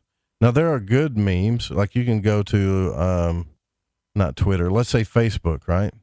You can go to Facebook and find all kinds of positive memes, right? You know, like here's one, what you been up to? Just redesigning my DNA, freeing myself for ancestral trauma, mastering my soul lessons, you know, cultivating space for the abundant flow that I am, giving thanks for it all. And so I'll put up a meme that shows like the guy from Lawless with a gun saying, you know, we need our fear, just to kind of counteract it. Here's another one, right? The moment you put a stop to taking advantage of people taking advantage of you and disrespecting you is when they define you as a difficult, selfish, or crazy. Manipulators hate boundaries. And so this is kind of what I've seen. This is what's huge on Facebook right now, is the discussion about toxic people and narcissism. I mean, maybe it's just my feed. I don't know. You guys give me some feedback on that. But I see constant like memes about narcissism, toxic people, and how you're getting away from them and you're going to be all positive and stuff. I can tell you that I've learned in my own life, okay, when you point your finger and say, I'm getting away from this person or that person, a lot of the times you need to take a look at yourself and see if you're doing the same thing. You could be projecting. I do that stuff all the time. And that's not even what bothers me. What bothers me is that some people let these memes control their mind. You know, you could be having a good day, you could be doing something, then you read somebody's meme and all of a sudden it just shakes up your day, right? Or you could end a relationship, or you could stop talking to a friend, or you could do something because of a meme somebody put out. Then there are other people that do it for, I guess, what would you say, attention. They can't talk to the person anymore. So what they'll do is they'll put up a meme or something of how they're bettering themselves and all kinds of stuff. There's so much manipulation going on. And what it does is it takes away from the people that are actually just trying to be expressive. Because I remember when this stuff first came out, it was fun, man. We'd just laugh and put funny stuff on there, express our, spirituality a little bit and creativity, and that was it. But now it's like narcissist this, toxic person that, and hey, look, I get it, But let's look at that. Let's look at narcissism for a minute. It's a paradox. From my experience, 90% of the people that point their finger and call somebody a narcissist, they also have narcissistic traits. Now, there's some people more than others, but that's all I'm saying. That's what frustrates me about Facebook, because there's so many self-righteous memes out there, and a lot of them are hypocritical. And it causes you to have limiting beliefs. And what I mean by that is the second your mind takes in something like that, you're creating walls in your life. It's like we talked about the other night. When you point your finger and judge somebody, not only have you cut that person off from your life and your mind, but anybody that acts like them or whatever. And I can see how that's healthy, but it could be unhealthy in ways too. Because people are just human, man. There's this weird, thing in spirituality that's starting to get on my nerves where we have to make sure that we're constantly positive all the time and we're perfecting ourselves. And to me, that's not what growth is about. Growth is about accepting our flaws, accepting the people that we love's flaws, and helping each other grow. Yes, there is a point in time in your life when you can make that decision and say, you know what, this person's just not going to change. Right. And then you make that decision in your life and you say, hey, I love you, but I got to go. Or you don't let them know, but you don't have to blast it on Facebook for validation. To me, if you're doing that, you need validation in your choice, which may mean that you don't know if you made the right decision. And another thing too is I shouldn't even be knowing that about you. I'd rather watch your cat videos or some place that you'd like to visit. You see what I mean? Or some artwork that you did, or you playing the guitar. This is just me ranting here, but be careful. I'm just saying. I've experienced this so much when people do this. It's almost like when it's a weird Jungian thing that happens, the shadow, like we talked about. Because we point our fingers and say, I'm glad I'm not like that person over there. I'm getting away from them. And it's like we're telling ourselves that we don't have those traits at all. And, we cut that love off from our life. You know what love really is healing, I think. And you got to give people a chance to grow, especially if they're your friends and family. This is the way I look at it, and I'll leave the social media thing alone, right?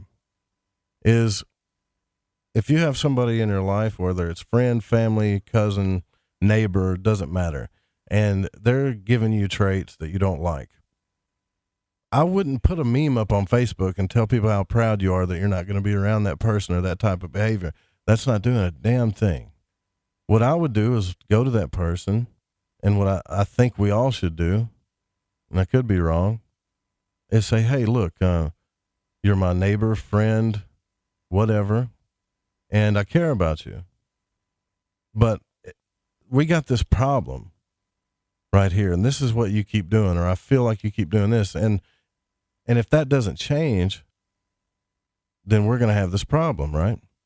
If you see that person trying, then they care about you. They care about you. There's somebody you can keep in your life, because eventually when they try enough, they're going to fix it. Or at the very least they're trying. All I'm saying is this spirituality thing, to me, it's getting out of hand. The validation of spiritual perfection and how perfect we got to be, and the narcissist paradox that I see that's constantly plaguing Facebook.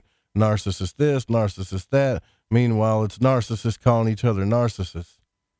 It's insane. I'm a little bit narcissist. We all are. A little bit. And while you could be experiencing life and growing and having fun and creating love and relationships with friends, family, pets, whatever, you're fighting what you believe are your narcissistic enemies through memes on Facebook. So these things cause limiting beliefs. They stifle our experiences in life. They stifle a lot of things.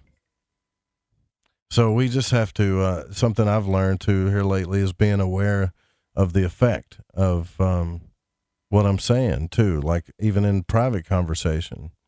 Sometimes when I try to get a point across, I move too fast and I don't understand the effect of what I'm saying or the tone that I'm saying it and how it's coming across on that other person. So imagine what a meme does to people.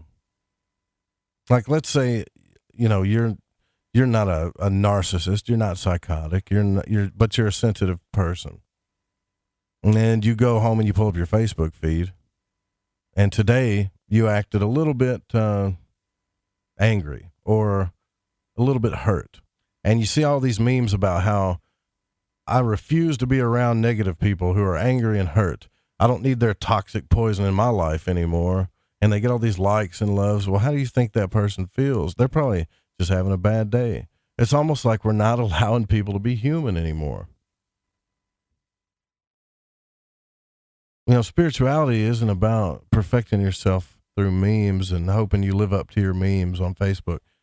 You know what I think it is? I think it's about tapping into the metaphysical world, learning how to better listen to things and see things that we weren't paying attention to for that validation.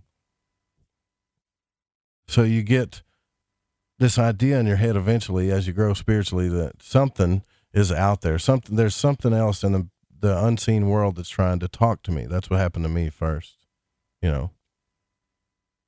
And then you start paying attention to it. You know, get off Facebook, go pay attention to it, go take a walk in nature, jot down on notes the animals that crossed your path or the book that fell off the shelf. Read the title. Open the book to a random page, right? Do a little tarot or some divination. Ask a question, something that's from your heart. Start learning to communicate with it. When you ask a big question, really pay attention. How much Spirit is trying to talk to you on a daily basis? What about the words of the song that just came on? What about the TV show that you just turned on to when you asked that question? I bet you if we spent more time trying to tap into these things than tell everybody just how special and cool and what we learned about how good we are on Facebook memes, this would be a much better place to live in. And then we could all just get on Facebook and hang out and share artwork and share experiences and animal and cat videos and funny stuff. Like belief structures create reality. And think about that, man. If they're constantly changing on a daily basis and you've got memes that are paradoxing and counteracting and one day you're this way and the next day you're another, and you're constantly being judged, man. Like when I'm just telling you, this is what I feel. When I turn on Facebook, I feel like it's a judgment paradise of a bunch of spiritually enlightened people that are super judgy about who they are and who other people are. And they need validation all around.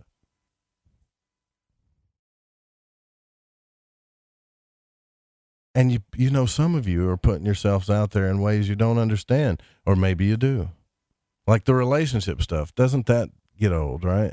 And I'm not talking about when I change my relationship status. I'm talking about when people put up stuff like, you know, I want a relationship that has this, and that. Well, it's expressive. But if you've got stalkers, right, and you keep putting that stuff up, guess what they're going to do? They're going to turn wolf on you.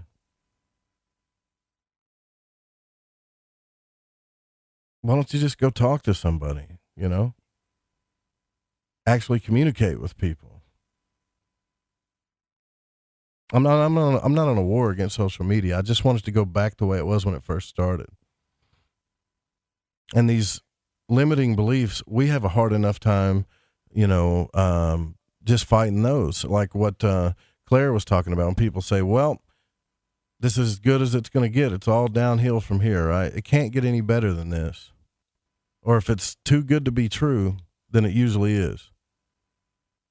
Now that is a problem, because in the superconscious, we have all these people that believe that.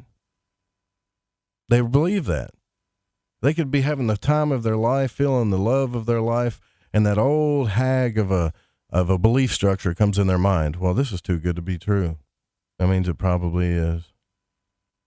And that taps into the unconscious of where everybody else believed it, and its power rises. And then the last worst thing you can do is feel an emotion after you say that, because now you're creating that reality in your life, and your cortex, your frontal lobe shuts off, and your subconscious is running the show. All because you just didn't say, well, what if it could get better than this, actually? How good is too good? Do we know? Let's see how good it can get. And then try to get everybody feeling that way. Or I'll bring up the other one I did too, like, you got to work really hard for years and years before you can be successful. Man, there's so many people that blew those doors down already. And there's still people walking around telling you this stuff. They believe it, and they're even putting it in their children's mind that you got to just work yourself to the bone to be successful. I mean, that's not necessarily true. First, you have to define what success is to you, right? And then you got to, you could go out and make one YouTube video or just build a one-page website, put a product on there, affiliate to it, and sell it later or whatever, if money's success to you, and you didn't really do a whole bunch of hard work, now did you? When I say be open-minded, I mean really, not just about spirituality, but about everything. Don't take in somebody else's beliefs, no matter how true they may seem. Really question it, because a lot of our truths are based on everybody's past beliefs and formulas. That's what these things are. And now these formulas are on memes all over the web, programming your mind. And you know what? Here's the bitch part of it. Here's the evilest part of it. The dirtiest one. Your consciousness can look at it and say, you know what? I don't believe that. Or you could scroll through your page really fast and you see a million memes, right? And your consciousness only focuses on one, but your subconscious saw all of them. Guess what? The subconscious is running the show. That's the scary part, right? So maybe scroll slower, right? So what does that say about us, though? If Claire is right, and we have people that are stuck in the afterlife with their addictions, imagine not being able to put a cigarette down for eternity until you realize you can move on to a higher realm. What does that say about us and our own power? And how we just need to slow down before we start spitting out our beliefs on everybody. And we damn sure don't need to be putting them on memes and putting them all over the place, hoping that we're going to get validation. If it's expressive, that's one thing. I don't know. I'm not in a war against social media like people think. I'm just not. I just want it to be fun again. I don't know if it's meme magic like Clyde says. I don't know, but all I know is that I love you guys. We'll be back tomorrow night. I've done one over. Ryan's going to kill me. We'll be back tomorrow night. On Friday night, Mary's going to be here too. So you guys make sure you come out for that show, at least to call in on that one so you can get your free reading. And please, for the love of God, don't copy this show without written permission, especially on YouTube. Also, I want to give a big shout out to Pacho, Lady Ann, Barbara, Charlton, who else? Eric Markham, Jeremy Scott. Music was by Chronox, guitar by Bundy. I'll see you guys tomorrow night. Good night.